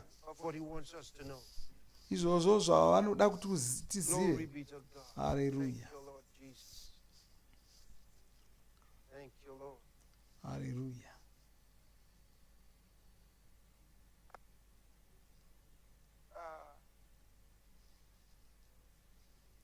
Vaccine craze. Some people want to impose on the world. Zvenhomba zviri kuda kuramba zvichingomanikidzwa vanhu panyika. Ndakakutsanangurira ndikati nhomba idzi hadzinei neutano hwevanhu, asi ndichakutaridzai zviri mubhaibheri. Chimwe chezvinhu zvakaipa zvavari kuita iko zvino, a fake scarcity of food. Vari kutsvaka kuti kunzi zvokudya hazvisi kuwanikwa, asi izvo zviriko. Making food really scarce. Vanoda kuti zvokudya zvinetse kuwana. Chokutanga vanoda kutanga vamborevera vanhu nhema dzokuti hakuna zvokudya oko vamwe vanhu vachange vakusarudza ivo kuti orya ndiani orega kudya ndiani. Panotozvingwarira nokuti nyika dzakawanda kuna naAfrica naAsia vari kumanikidzwa kuti vagamuchire mbeu dzisina kunaka.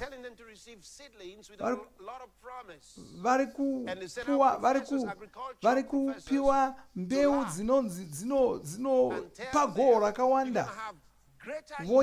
Vonyengerwa, votaurirwa nhema vachinzi muchava negoho rakakura ramusati makamboona.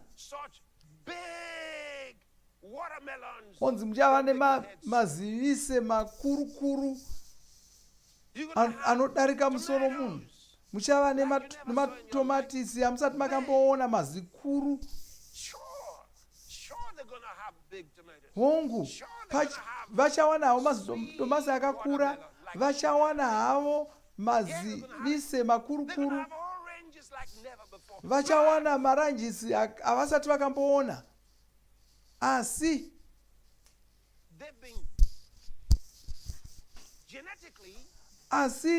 mbeu idzi dzinenge dzakauchikwa, dzakakanganiswa, dzisisina kunakira utano hwavanhu.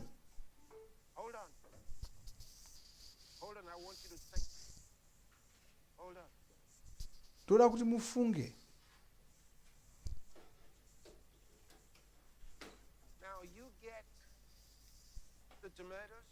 Muda mukazowana henyu madomasi iwayo, mowana mabagwe iwayo,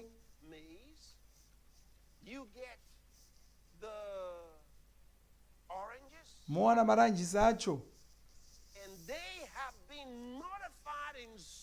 mowana kuti akauchikwa zvokuti haugoni kutora monzi dzacho ukanodzidzvara dzikamera,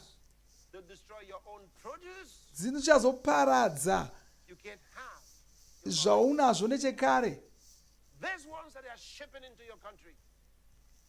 Idzo mbeu dzavari kuunza kunyika kwenyuku,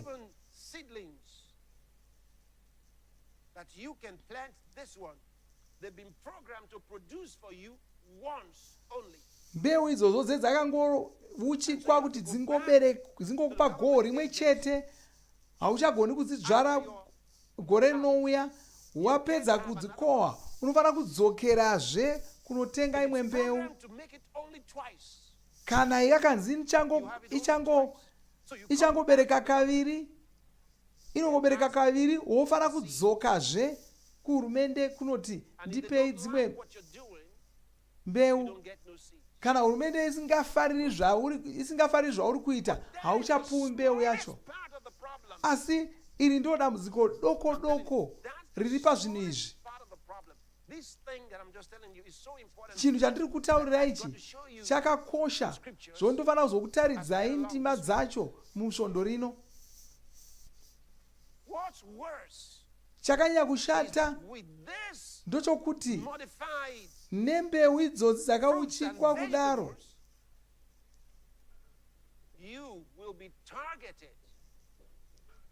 meaning that with the mRNA vanenge paunozvidya pane zvinozopinda muropa rako zvinozokanganisa ropa rako, kureva kuti vanogona kuti kutokanganisa vanhu vemunyika yose kana vomudunhu rose. Saka vanogona kudya zvinhu izvozvo, asi mbeu idzodzo dzine huturu hunouraya vanhu vese vanenge vazvidya. Saka vanogona kutoronga kuti vachitoziva kuti mushure mamakore 5 vanhu vatapa mbeu iyi vanenge vafa vese, vanenge vasipo. Tabenzi, rekani kuvhunze mubvunzo. Vanhu vakagara vachisida kutora nyika yenyu, vamakarwisa mukadzinga munyika menyu, vangazokufarira zvokuda kukupa zvokudya zvinokuraramisa sei?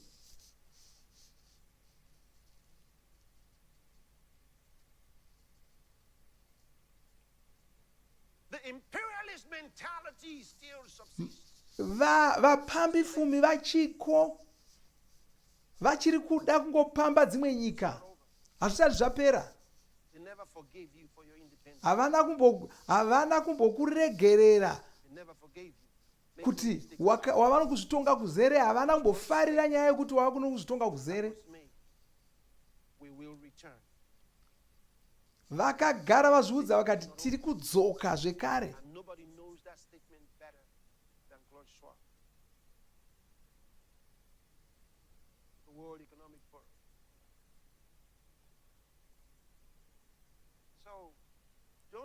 Saka usafunga kuti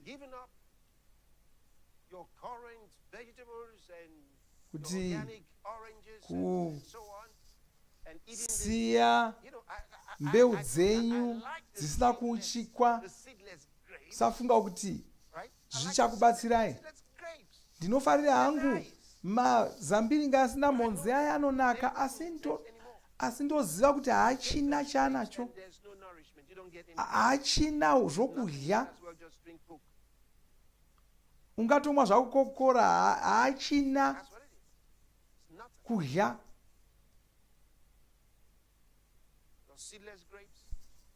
Mazambiringa asina modzi, maorenji asina monzi, zvese izvo zvizvi, zvose izvi zvakauchikwa izvi, manhuruvere akauchikwa, ose wayaya ari kubva kunze kwenyika yako, haasi kurimwa munyika mako, ari kubva uko. Wofunga kuti vanhu vari kutumirai zvose izvozvo vanokufarirai, inhema. So you need to talk to your. All they have had to do was to offer. I told you about the kleptocratic technocrats. Ndakakutaurirai pamusoro vana mazvikokota vanoda kutonga dzinyika.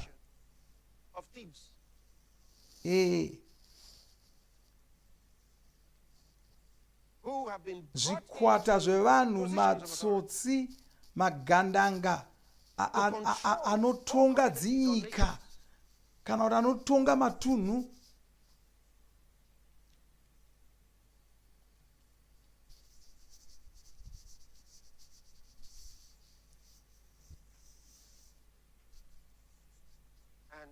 So much has been done. So much has been done. Pane zvakawanda through siphon treaties. Zvakaitwa nezvibvumirano zvekuba mari zvisina kunaka. And fake aid programs. Pamwe chete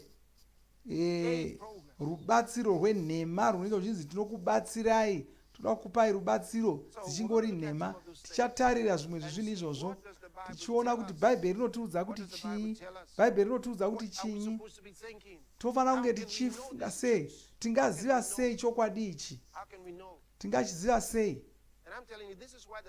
Ndiri kuudzai, ndosaka Satani achivenga bhaibheri achida kuti bhaibheri riribve panyika pano, asi havasi kuzorigona, nokuti ino izuva revatsvene. Saka vachida vasingadi, inguva yedu ino, inguva yedu ino, haisi nguva yavo, ndeyedu. Zuva ravo richauya, asi harisi ronhasi.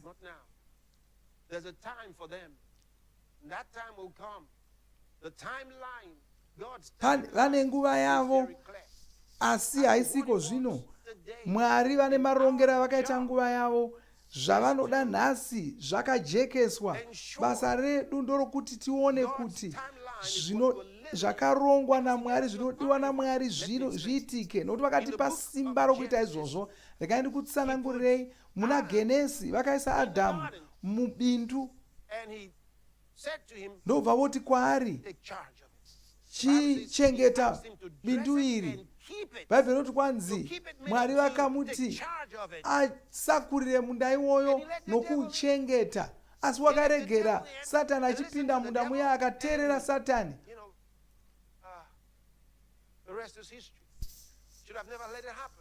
Aisafanira kubvuma kuti zviitike. Wakanga audzwa kunzi achengete munda uyu, asi wakatengesa nyika. Ndokuipa kuna Satani. Zvaisafanira kudaro. Zvino isu munguva yedu hatifaniri kuita mhosvo iyoyo yakaita saiyoyo. Takapiwa, taakuzikamwa nezita raJesu. Vakati garai makarindira muchinamata. Nzwisisai izvozvo. Nyika ino ndeabrahama nedzinza rake. Zvino bhaibheri rinoti kwanzi kana uri waponesi, uri mwana wedzinza raAbrahama, uye ndiwe muridzi wenhaka yaMwari. Patinodzidza mubhaibheri toona kuti tinoona zvinhu zvatakapiwa neupenyu hwatinofanira kurarama. Rino ndiro zuva redu, uye tichitarira magwaro, ino inyika yedu, nokuti inyika yaAbrahama yakapiwa kuna Abrahama nedzinza rake. Zvino munguva ino yatiri wakatipa zita raJesu, ndo ratoshandisa kutonga masimba erima. Vakatipa zita rinodarika mamwe mazita ose, vakatipa zita iroro. Tinofanira kushandisa zita iroro togarisa Satani ari kwaanofanira kunge ari. Ndosaka musvondo rinoti chii zvinyima zvokudya tichinamata, tiri zvinyima zvokudya tichinamata, namata tinyengeterera dzinyika. Oti mufudzi Kristu techinamatira dzinyika here hongu? Pane hondo, muhondo iyoyo kana pane hondo panozoita kurwisana kwakasiyana siyana. Vanhu ava havasati vasiya nyaya yavo yavakatanga paCovid. Takavakurira paCovid, asi havasati vasiya, asi vachine shungu. Hatisi kutarisira kuti vachangozvisiya. Aiwa, Satani haangozvisii. Vanzi muchatsika nyoka nezvinyavani nemasimba ose omuvengi, hapana kana chichazokukuvadzai nyangwe chikaidza. Ndo zvatofanira kuita. Tinofanira kuchengeta Satani ari pasi, ari kwaanofanira kunge ari pasi petsoka dzedu. Tichashandisa zita raJesu. Tichashandisa zita raJesu. Tichishandisa zita raJesu. Satani haagoni kuita zvaanoda munyika dzedu. Unotaura kuti Satani haasi kuzoita zvaanoda munyika yangu, wotaura zita renyika iyoyo. Taura kuti Satani haasi kuzoita zvaanoda muguta rangu, muzita ramuponesi Jesu. Ndinomurambidza muzita raIshe Jesu muponesi. Wotaura kuti ndinoparadza, ndinobvisa ruoko rwake kubva panyika yangu muzita raIshe Jesu. Ndinobvisa ruoko rwake kubva pavatungamiriri venyika yangu, haasi kuzovaitisa zvinhu. Wotaura muzita raIshe Jesu. Wozvitaura, chizvitaura. Haasi kuzoshandisa mitemo yemunyika yedu, haasi kuzoshandisa vatungamiriri vedu nevanogadzira mitemo. Maseke morakanda labra kila selo ganda mashali gada zelobrika masia. Taura nedzimwe ndimi iko zvino, taura nedzimwe ndimi. Rabadala sata malakunda la gremolistra majelobratanistra kabrogandi zelobrakia dikosa mashaligra. Unofanira kunzwisisa kuti pane zviri kuitwa naSatani. Satani ari kutsvaka, ari kurwisa vatsvene panyika pano. Ndakakuudzai kuti pashure yechidyo muna Ndira, ndakakuudzai ipapo kuti vanhu vakatanga COVID vaya vane zvimwe zvavari kuronga. Vanoda kuti mugore ra2024 vapedzise zvimwe zvavakaronga kuita mugore ra2025. Vane zvakashata zvavakaronga kuita mugore ra2024, mugore ra2025, asi vanoda kuti gadziriro yacho yose vaipedze mugore ra2024. Asi patichange tichitaura nendimi musvondo rino, zvose zvavari kubika zviri kuzoputsirwa pasi zvichibva nyangurwa. uroyi hwavo hwose huri kuzoparadzwa nesimba ramweya mutsvene.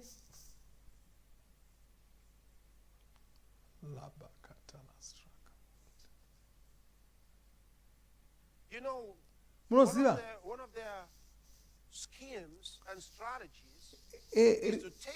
rimwe zano ravanaro ndorokutora mapazi ehurumende vozviita ivo mutemo. Wakambonzwa here vachitaura kuti toda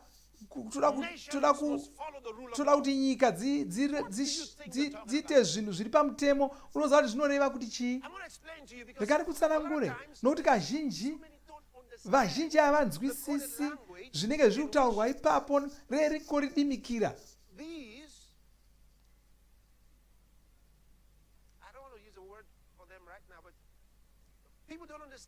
Vanhu havanzwisisi matauriro avo vanhu ava.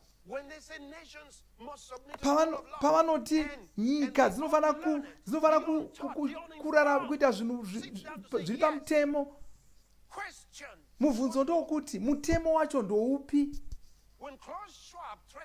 Kana Klaus Schwab achivhundusira dzinyika achiti dzinofanira kutevera mutemo, anorevei? Kana mutungamiriri weAmerica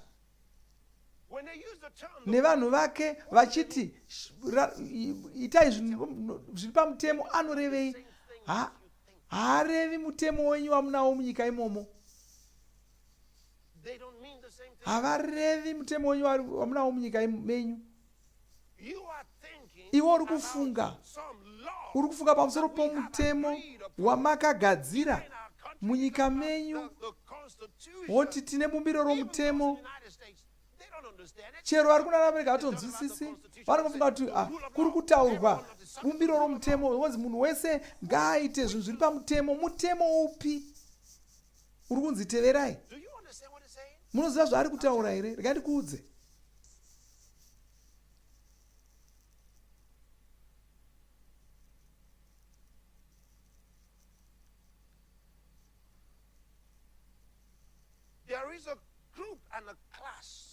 Pane chimwe chikwata chavanhu panyika pano, vane kwavakabva. Handidi kutaura nezvekwavakabva iko zvino, tichazozvitaura. Ndakambozvitaura. Asi vanhu ava vane kwavanobva. They have conglomerated as a law. Vanhu ava vakasungana pamwe chete vakazviita mutemo ivo. Vanofunga kuti ndivo vanofanira kutonga nyika dzose pasi rino. Saka vanofunga kuti ivo ndivo mutemo. Vamwe vacho vanobva kuEurope nenyika dzakabuda muEurope dzakaita seAmerica, Canada, Australia,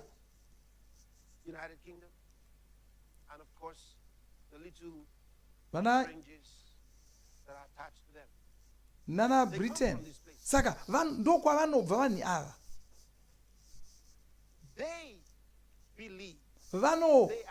Vanofunga kuti ivo ndivo mutemo, uye havadi kuti pave neumwe munhu kana pave neimwe nyika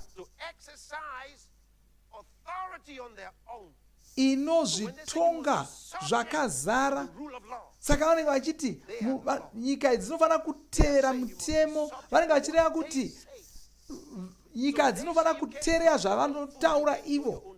Kana vakati haugoni kurima zvokudya zvenyu, havadi kuti paite nyika inorima. Kana vakati usava nemari yako yenyu pachenyu, vanenge vachida kuti musava nemari. Kana kuti musava nenyika, musatora minda, vanenge vachida musatora saizvozvo. Ndo vanhu vari kuzviti mutemo yavo. Ukasazvinzwisa izvozvo uri kuzvinyepera.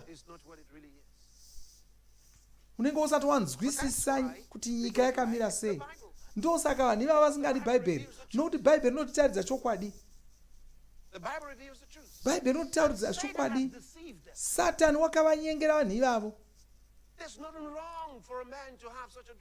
Hapana chakaipa kuti munhu afunge kuti atsvake kuti atonge nyika yose.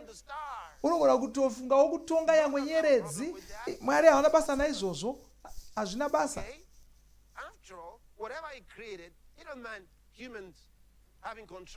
Uye zvose Mwari zvawakasika vanobvumira kuti vanhu vazvitonge, asi chavasingadi ndechokuti paite munhu anotonga vamwe vanhu zvisina kunaka. Mwari vanoda kuti vanhu vose vabatwe norudo norukudzo. Mwari havadi kuti vanhu vange vakasungwa. Asi vanhu ava nemhaka yekuti vane imwe mweya inovatunzva, havakoshesi upenyu hwavanhu, havakoshesi munhu.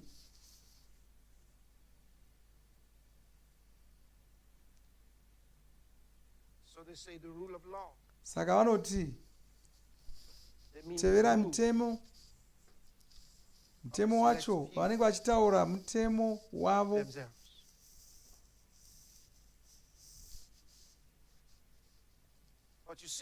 Asi unoona magwaro anotitaurira zvichaitika. Zvichaitika munguva shoma shoma iri kuuya. Uye ramangwana racho irori ratotanga.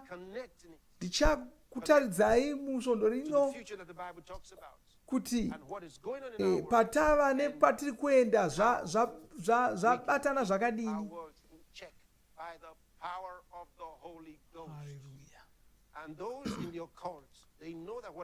Vaya vanoita zveching'anga vanoziva kuti zvandiri kutaura izvi ndochokwadi. Vanozviziva.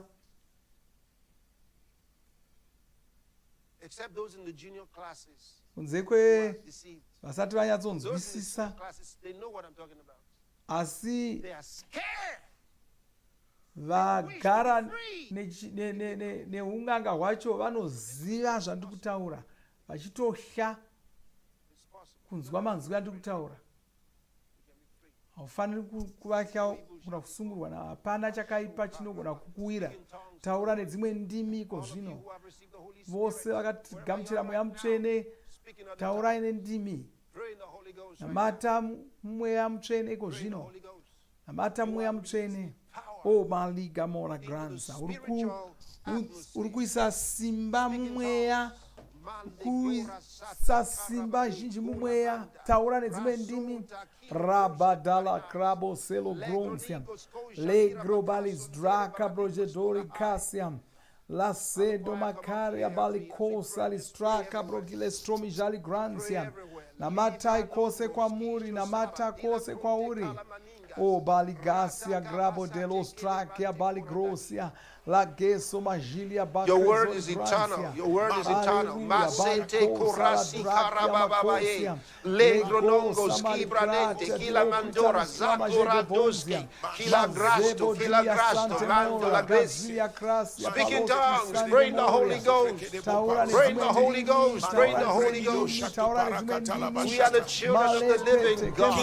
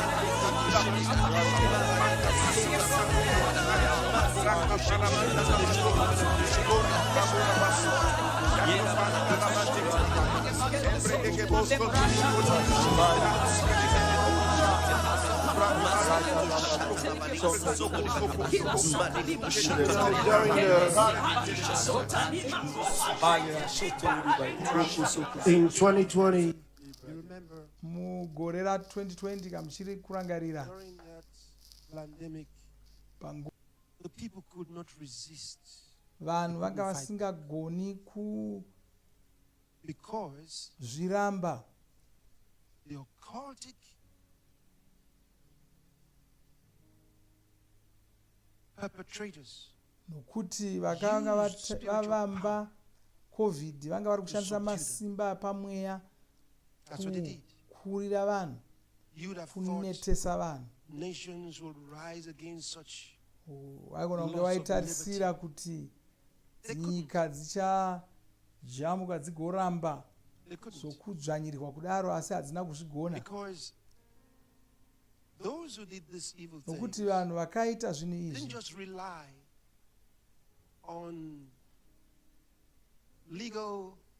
havana kungoshandisa masimba omutemo, vakashandisa masimba apamweya kukurira vanhu nokunetesa vanhu.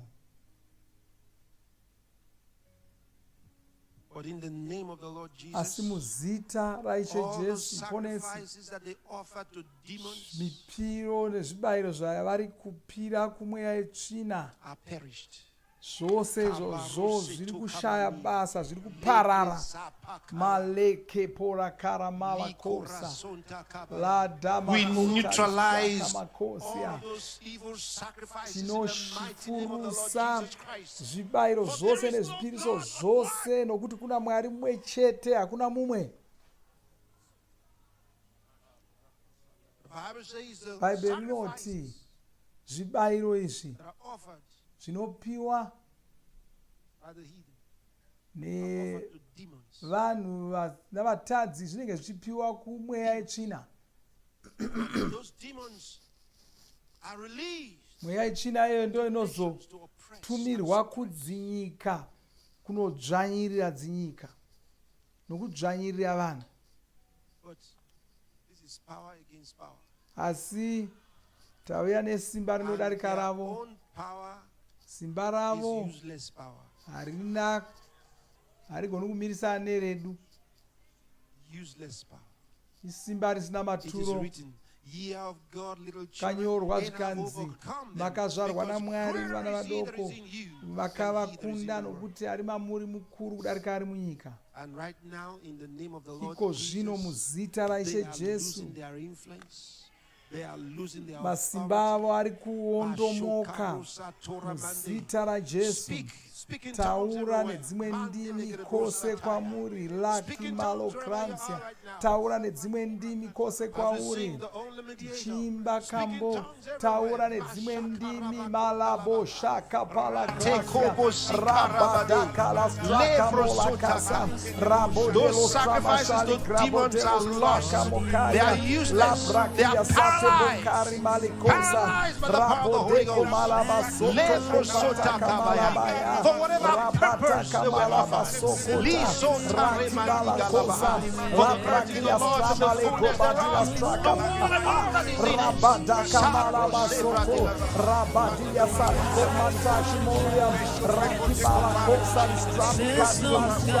Rabadia strakmatebo stramikaria. Rabadaki malakosa. Igasa bronchila straka bokaria. Igasa bronchila straka bokaria. Latebo strakmakosa. Jekoma strakmakosa. Igasa bronchila straka. Latebo latebo straka.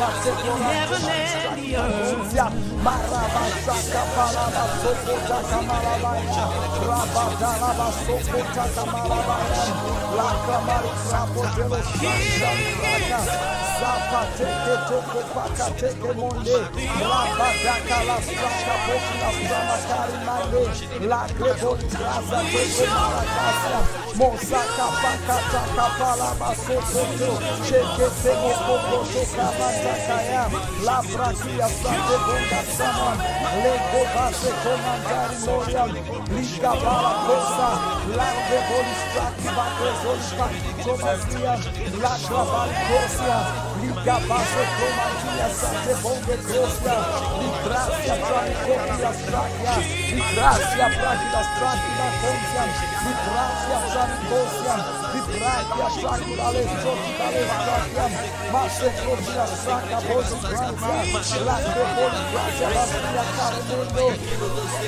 Mase Crocia Masia, Mase Crocia Masia, Mase Crocia Masia, Mase Crocia Masia, Mase Crocia Masia, Mase Crocia Masia, Mase Crocia Masia, Mase Crocia Masia, Mase Crocia Masia, Mase Crocia Masia, Mase Crocia Masia, Mase Crocia Masia, Mase Crocia Masia, Mase Cara Maligoncia, Stracia Mase Cara, Malistracia Mase Cara, Malistracia Mase Cara, Deco Malistracia Mase Cara, Decocacia Mase Cara, La Pratica Mase Cara, Mala Pratica Stracia Mase Cara, Stracia Mase Cara, Before time you existed,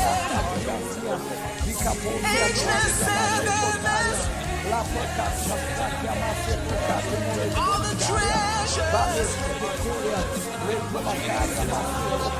all the journey you Lord, you're full of grace and glory.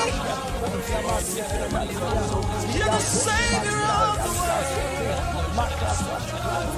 And the measure of your great Lord God. In heaven and the earth, and the measure of your name, Lord. You're Lord, King eternal, the only mediator. With your blood, you enter securing salvation for all mankind.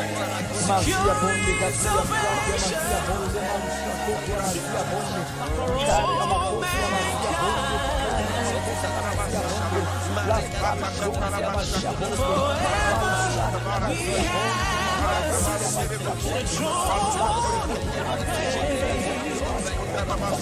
that your Lord from heaven, everlasting yours.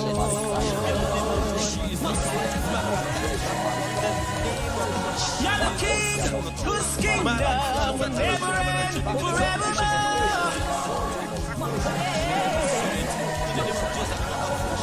Alpha and Omega, first and the last you are. That's who you are. For eternity, your majesty, your reign supreme, Son of King, forever and ever. King eternal, the only beginning.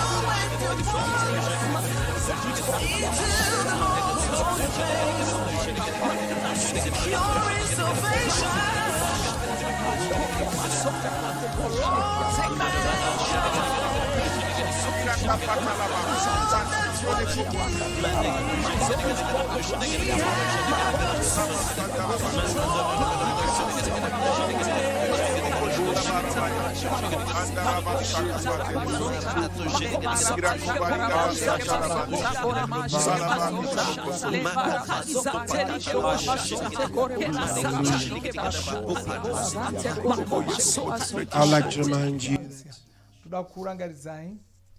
for fasting kuti tiri kutsanya zuva rimwe nerimwe svondo rino till we're done on Friday kusvika tapedza musi wechishanu and praying, tichinamata, fasting and praying. tiri kutsanya tichinamata.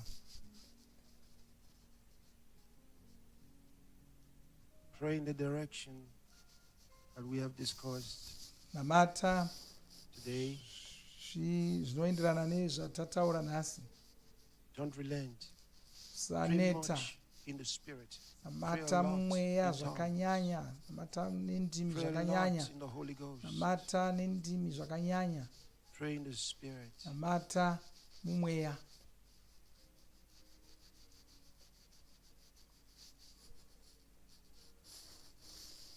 Pray a lot in the spirit. Namata mumweya kunyanya. I tell you, ndokudzai, the hope of this world nyika ino is in the hands of those who pray in tongues. iri kutotarisira kubatsirwa navanonamata Is in the nendimi. hands of those who pray in the Holy Ghost. Iri kutotarisa kubatsirwa navanonamata mumweya.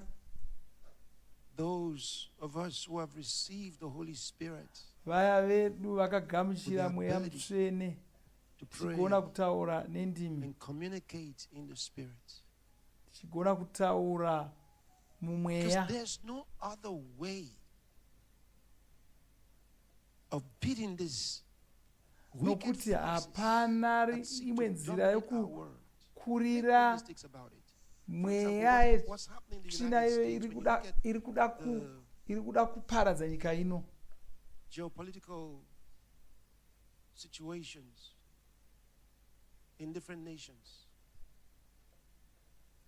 mukatarira zviri kuitika kuamerica nemudzinyika, munozonzwisisa zviri kuitika. Zviri kuitika kuamerica, ukatarira zviri kuitika kuamerica, hazvichisiri zvokutonga nyika zviri kuitika. this is not politics as usual. Hazvichisiri zvokutonga nyika zvaakuitika izvi. The forces of darkness Uri kuona masimba erima achishanda versus the forces of light. achirwisana nemasimba echiedza. The only problem at the moment Dambudziko rega riripo iko zvino ndorokuti vazhinji vari muamerica who represent the forces of light vari kurutivi vakamiririra masimba echiedza havasati vasimuka sezvavanofanira kuita. Havasi kuona, havasi kuona hondo yacho, havasi kuona kuti vari kudanwa kuti vanamate uye kuti vange vakasindimara mweya. Havasati vazviona izvozvo. Vamwe vavo vachiringofunga kuti iyi ndezvematongerwo enyika. Ukatarira zvanga zviri kuitwa kuna Trump, vanofunga kuti ndezvematongerwo enyika. Aiwa, hazvo zvamatongerwo enyika izvo. Kana you're dealing with forces that don't want anybody to stand up for what is right. aya atiri kuona aya masimba erima asingadi kuona munhu anopesana nezvavanotaura. Ndosaka vachida kusungisa vanhu vese vanotaura they call truth.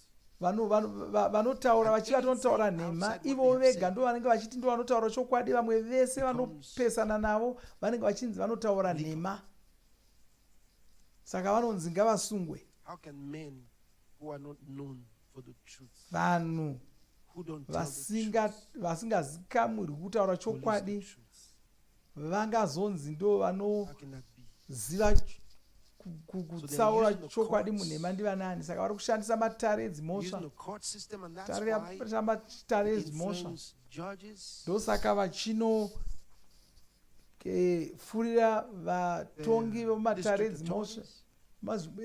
edzimhosva nana mudzviti,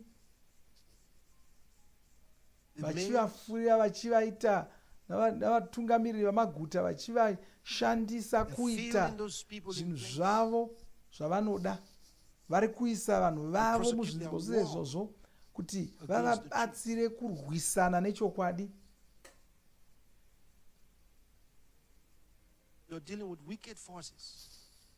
masimba ane utsinye, masimba erima. Zviri kuitika izvozvo munyika dzakasiyana, haisi kuAmerica chete. Vanongoda vanhu vavo vanoteerera zvavanoda, vachivashandisa kuparadza vanhu. Ndichakutaridzai mubhuku razvakazarurwa zvinhu zvose izvizvi. The Bible already told us that this will happen. Bhaibheri rakatotiudza kuti zvinhu izvi zvichaitika, asi rakatiudzawo zvatinofanira kuita. Tinofanira kuita zvakataurwa naMwari, nokuti vazhinji vari kushandiswa naSatani havatozivi kuti vari kushandiswa. Vanhu vanoita savanhu kwavo vakadzidza, asi havabvumi kuti vari kushandiswa naSatani kuita mabasa akaipa iwaya. Vamwe vacho vanenge vachitovhundusirwa, vachinzi vamwe vacho vakapiwa mari yokuti vaite zvavanenge vachiita. Kana kuvhundusirwa unzi kana mukangopesana nesu tinokuororai mugofa nenzara. Asi kana wakamira pachokwadi usabvuma izvozvo, nokuti hapana nzara ichazva kwauri. Kana wakamira pachokwadi uchakunda chete. Usavhunduka, usatya kumira nechokwadi. Bhaibheri rinoti wakaipa achagwadamira wakanaka. Ndo murayiro waMweya Mutsvene. Kana ukashandisa murayiro oyoyo, ndo zvinozoitika izvozvo.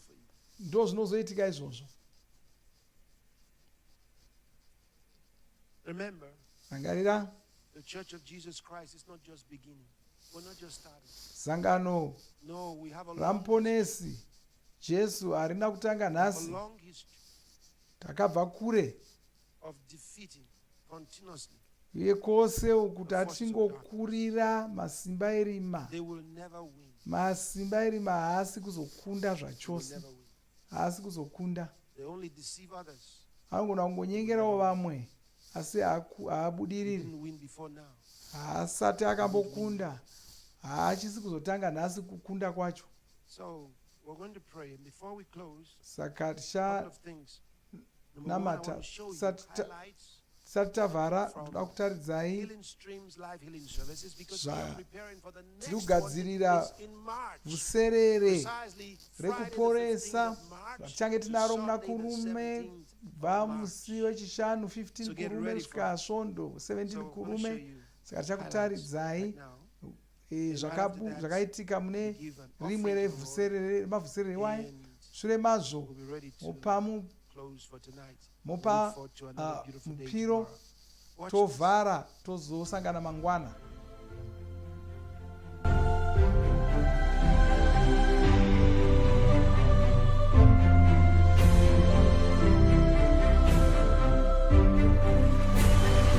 God's love for mankind and his passion to heal and to save led to the special mandate to take healing to the nations, as delivered to the man of God, Pastor Chris.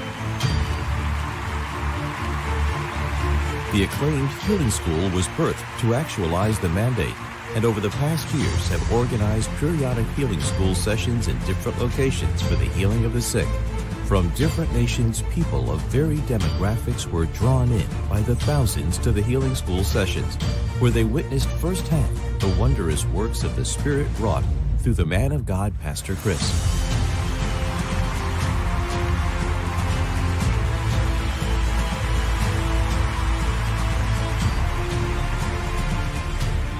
However, at the dawn of the year 2020, the world was plunged into a medical conundrum following the ill-fated venture of state capture by the enemy, with the launch of the highly propagandized COVID-19 fiasco. The whole world witnessed the lockdown and closure of businesses, schools, churches, and untold restrictions of movement and interactions. As a direct impact on the 15th of March 2020, the healing school session in Johannesburg, South Africa, was terminated, and thenceforth, everything seemed to have taken a very dark and uncertain turn. I've had to make a very unusual, painful decision to suspend the healing school session. And I began to think as a pastor, how will these thousands of people who really need a healing, a touch of God, will receive such an encounter from God? As the man of God declared suddenly the suspension of the healing school, and indeed the world was going through one of the worst seasons of all times. Defiantly raising to the occasion as the strongest opposition to thwart the plans of the adversary, the man of God, Pastor Chris, girded by the Spirit, rallied billions of people around the world in the unity of faith through earnest and continued prayers with prophecy, and the church gained a monumental and decisive victory over the enemy, and the nations were delivered from the deception and its accompanying effects.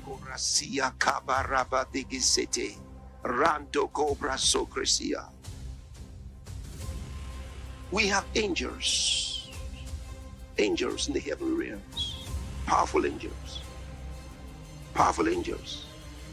who are working on our behalf.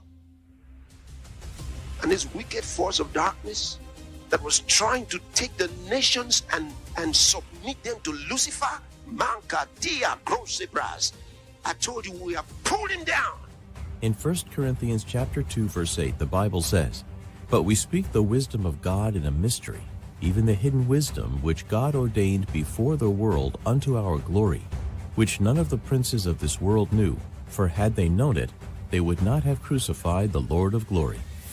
What was contrived to be a global disaster became the catalyst for the manifestation of God's healing power on a global scale, with the birth of the Healing Streams live healing services with Pastor Chris. You are made completely whole. Over the last 3 years, the Healing Streams live healing services with Pastor Chris have triumphantly taken the healing power of God from one location to billions of people around the world. Oh, hallelujah. So that means from 3,000, the first episode, we went to over 3 billion. And then we progressed to 6.5 billion and then over 7 billion. Oh, glory to God. We are reaching the ends of the earth with the Healing Streams live healing services. As a ministry, we have organized in this past program 80,000 healing centers, both online and on-site.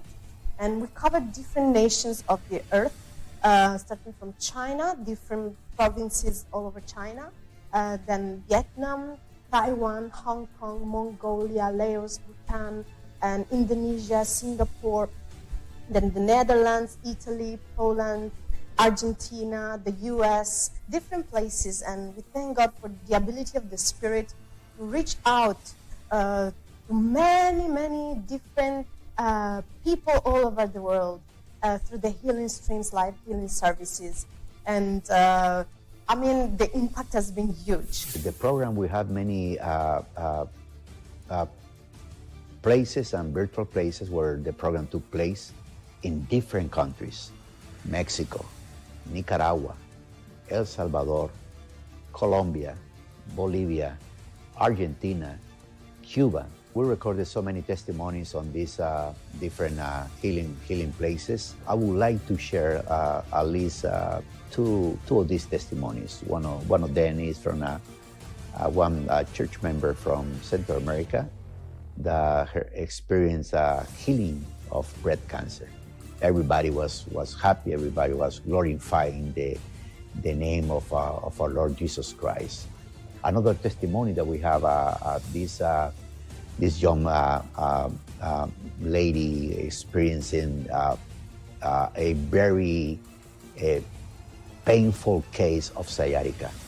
Painful case to the point that she was not able to walk, she was not able to function. And in these programs, in the Healing Streams service program, she experienced healing in her body, and now she's living a very healthy and normal life.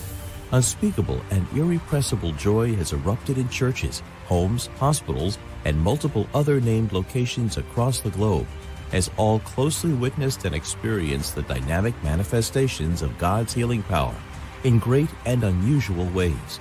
The blind have seen, and the dead have been raised. When Pastor prayed for the people, she suddenly raised up from the dead, and we give God all the honor and all the glory for this amazing testimony that God shook up Pakistan. Translated in over 8,000 languages in the previously concluded edition. There are 8,130 languages translating right now, unique languages around the world. There's nothing like it in the world.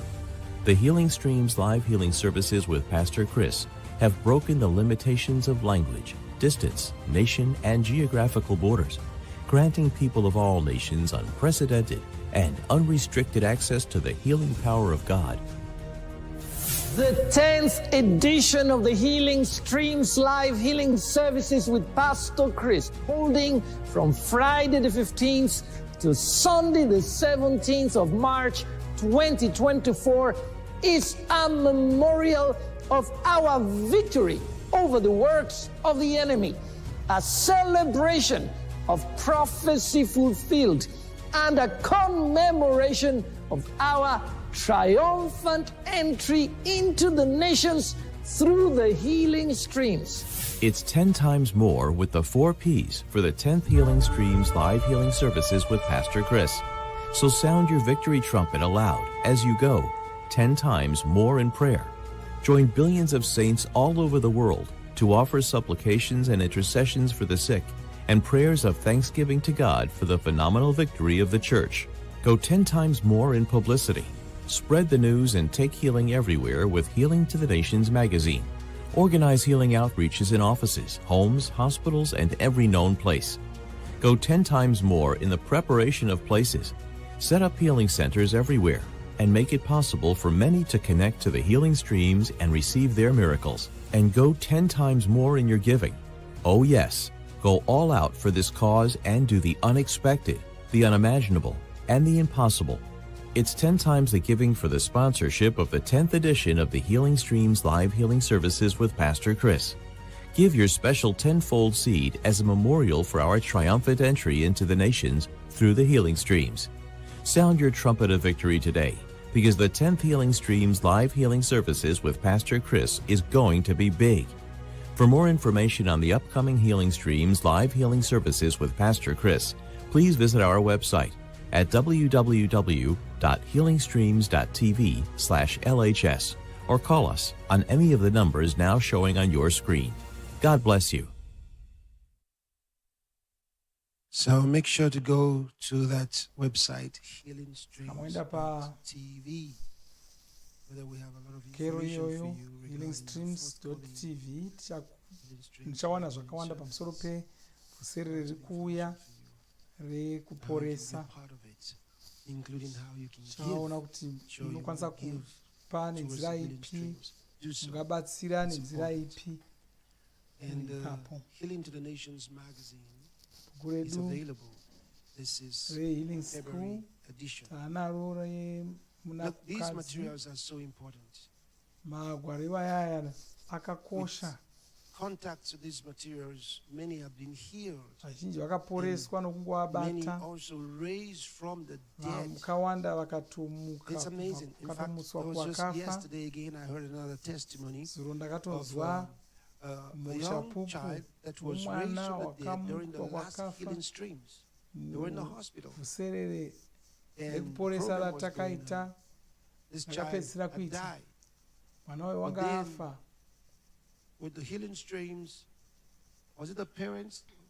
The parents who were there? Yeah. And the child was brought back to life. The program on. Lots and lots. The one he shared with us yesterday during the communion service of the girl who died while holding Rhapsody of Realities. Musikana akafa akabata buku reRhapsody. To embalm her. Vakarunga kuti vamuomese asi waka let's embalm her with her book. Sezvo anga afa akabata bhuku rokwa Mwari vakangoti gaya tingomuomesa akaribata. Vakuda kumuomesa kudaro ndopaakatanga kukosora zvinhu zvavakanga vamubvonyera mumhino nomuromo make zvikabva ndokubva omuka kwakafa. Vanga akabata bhuku reRhapsody. Oh boy, so many stories, so many. Nyaya dzacho dzakawanda pasi rose. Amazing what's going on. Yeah. So make sure to get these materials. They're very, very important. This one, Rhapsody of Realities, for those with vision impairment. This is the Braille edition. Braille. Vasingaoni tinaro matauro yakawanda-wanda. Vaya vanogona kuverenga zvinyorwa zvinonyorerwa vasingaoni, munogona kushandisa bhuku iroro. We actually also have for kids. Tinewo maRhapsody evana vadoko. For little kids, Rhapsody of Reality for kids, and in the Braille also. So the other categories of Rhapsody Realities are available. Saka maRhapsody ose aripo evana vadoko, evana vari kuyaruka nevakuru. Tengera vavakidzani vako, tengera shamwari dzako, tengera shamwari dzako. Unokubatsira kudzidzisa shoko raMwari. Bhuku rinoshandiswa pamunamato ezuva nezuva rinozokuropafadza zvinoshamisa. Haleluya. So we're going to round off tonight. Saka taakuvhara zvino toita kambo tichirumbidza Mwari. Tonamata kuti Mwari vakuropafadze pauchapa kuwedzera monzi yauchadzvara, kuwedzera zvibereko zvokururama kwako muzita raJesu. Amen. Wopa mupiro wako neshandisa zvakanyorwapo kana kutumira paikokeshi *151*2*6 *58225# woteera zvinenge zvitaurwa neikokeshi ipapo.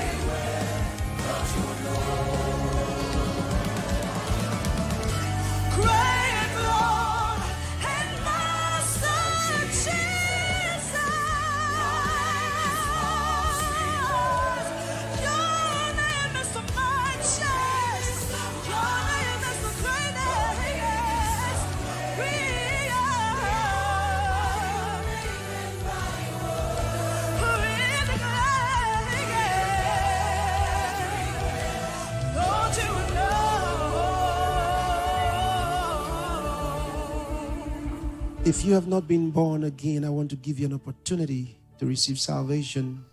Kana wanga usati wazvarwa patsva ndoda kupa mukana wokuponeswa. Taura mashoko aya mashure mangu uchirevesa nomwoyo wako wose. Mwari vanozokunzwa. Timi Jehovha Mwari, ndinogamuchira muponesi Jesu.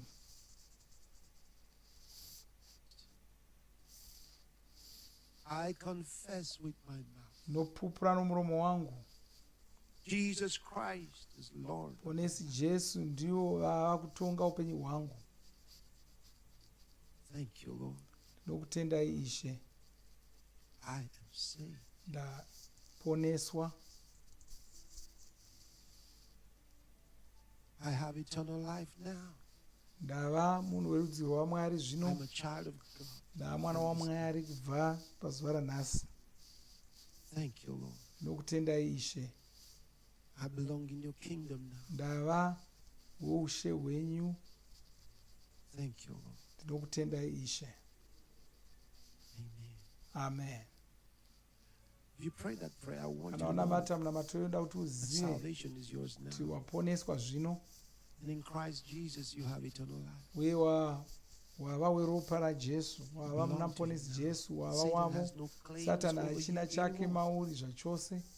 And from this day, kubva pazuva ranhasi start living your life. tanga kurarama upenyu hwako uchiraramira muponesi Jesu. Rarama, shandisa zita ravo kurama kwako.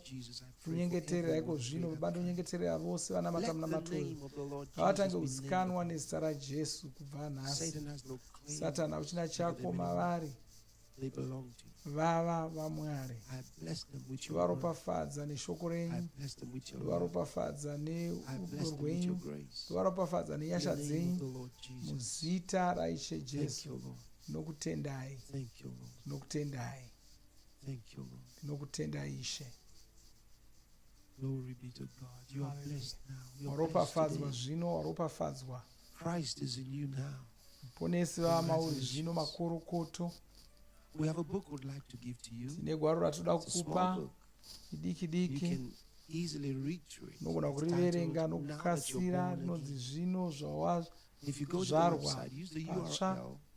Titumire kero yako, It bears the name of the book. titumira Now That You Are Born Again. gwaro iroro. .org. You can get a copy of the book for yourself. Do it today. Tumire kero yako nhasi, ukasire wariwana utanga kudzidza pamusoro poupenyu hwawana. Chisimbisa rumbo rwako muna Mwari. Tako wabatana nesu pazuva ranhasi, Mwari wakuropafadze. So thank you all. We look forward to Saka seeing you maita zve again tomorrow. toonana Let's zvekare sing that last part of mangwana. that song. Great Lord and Master Jesus.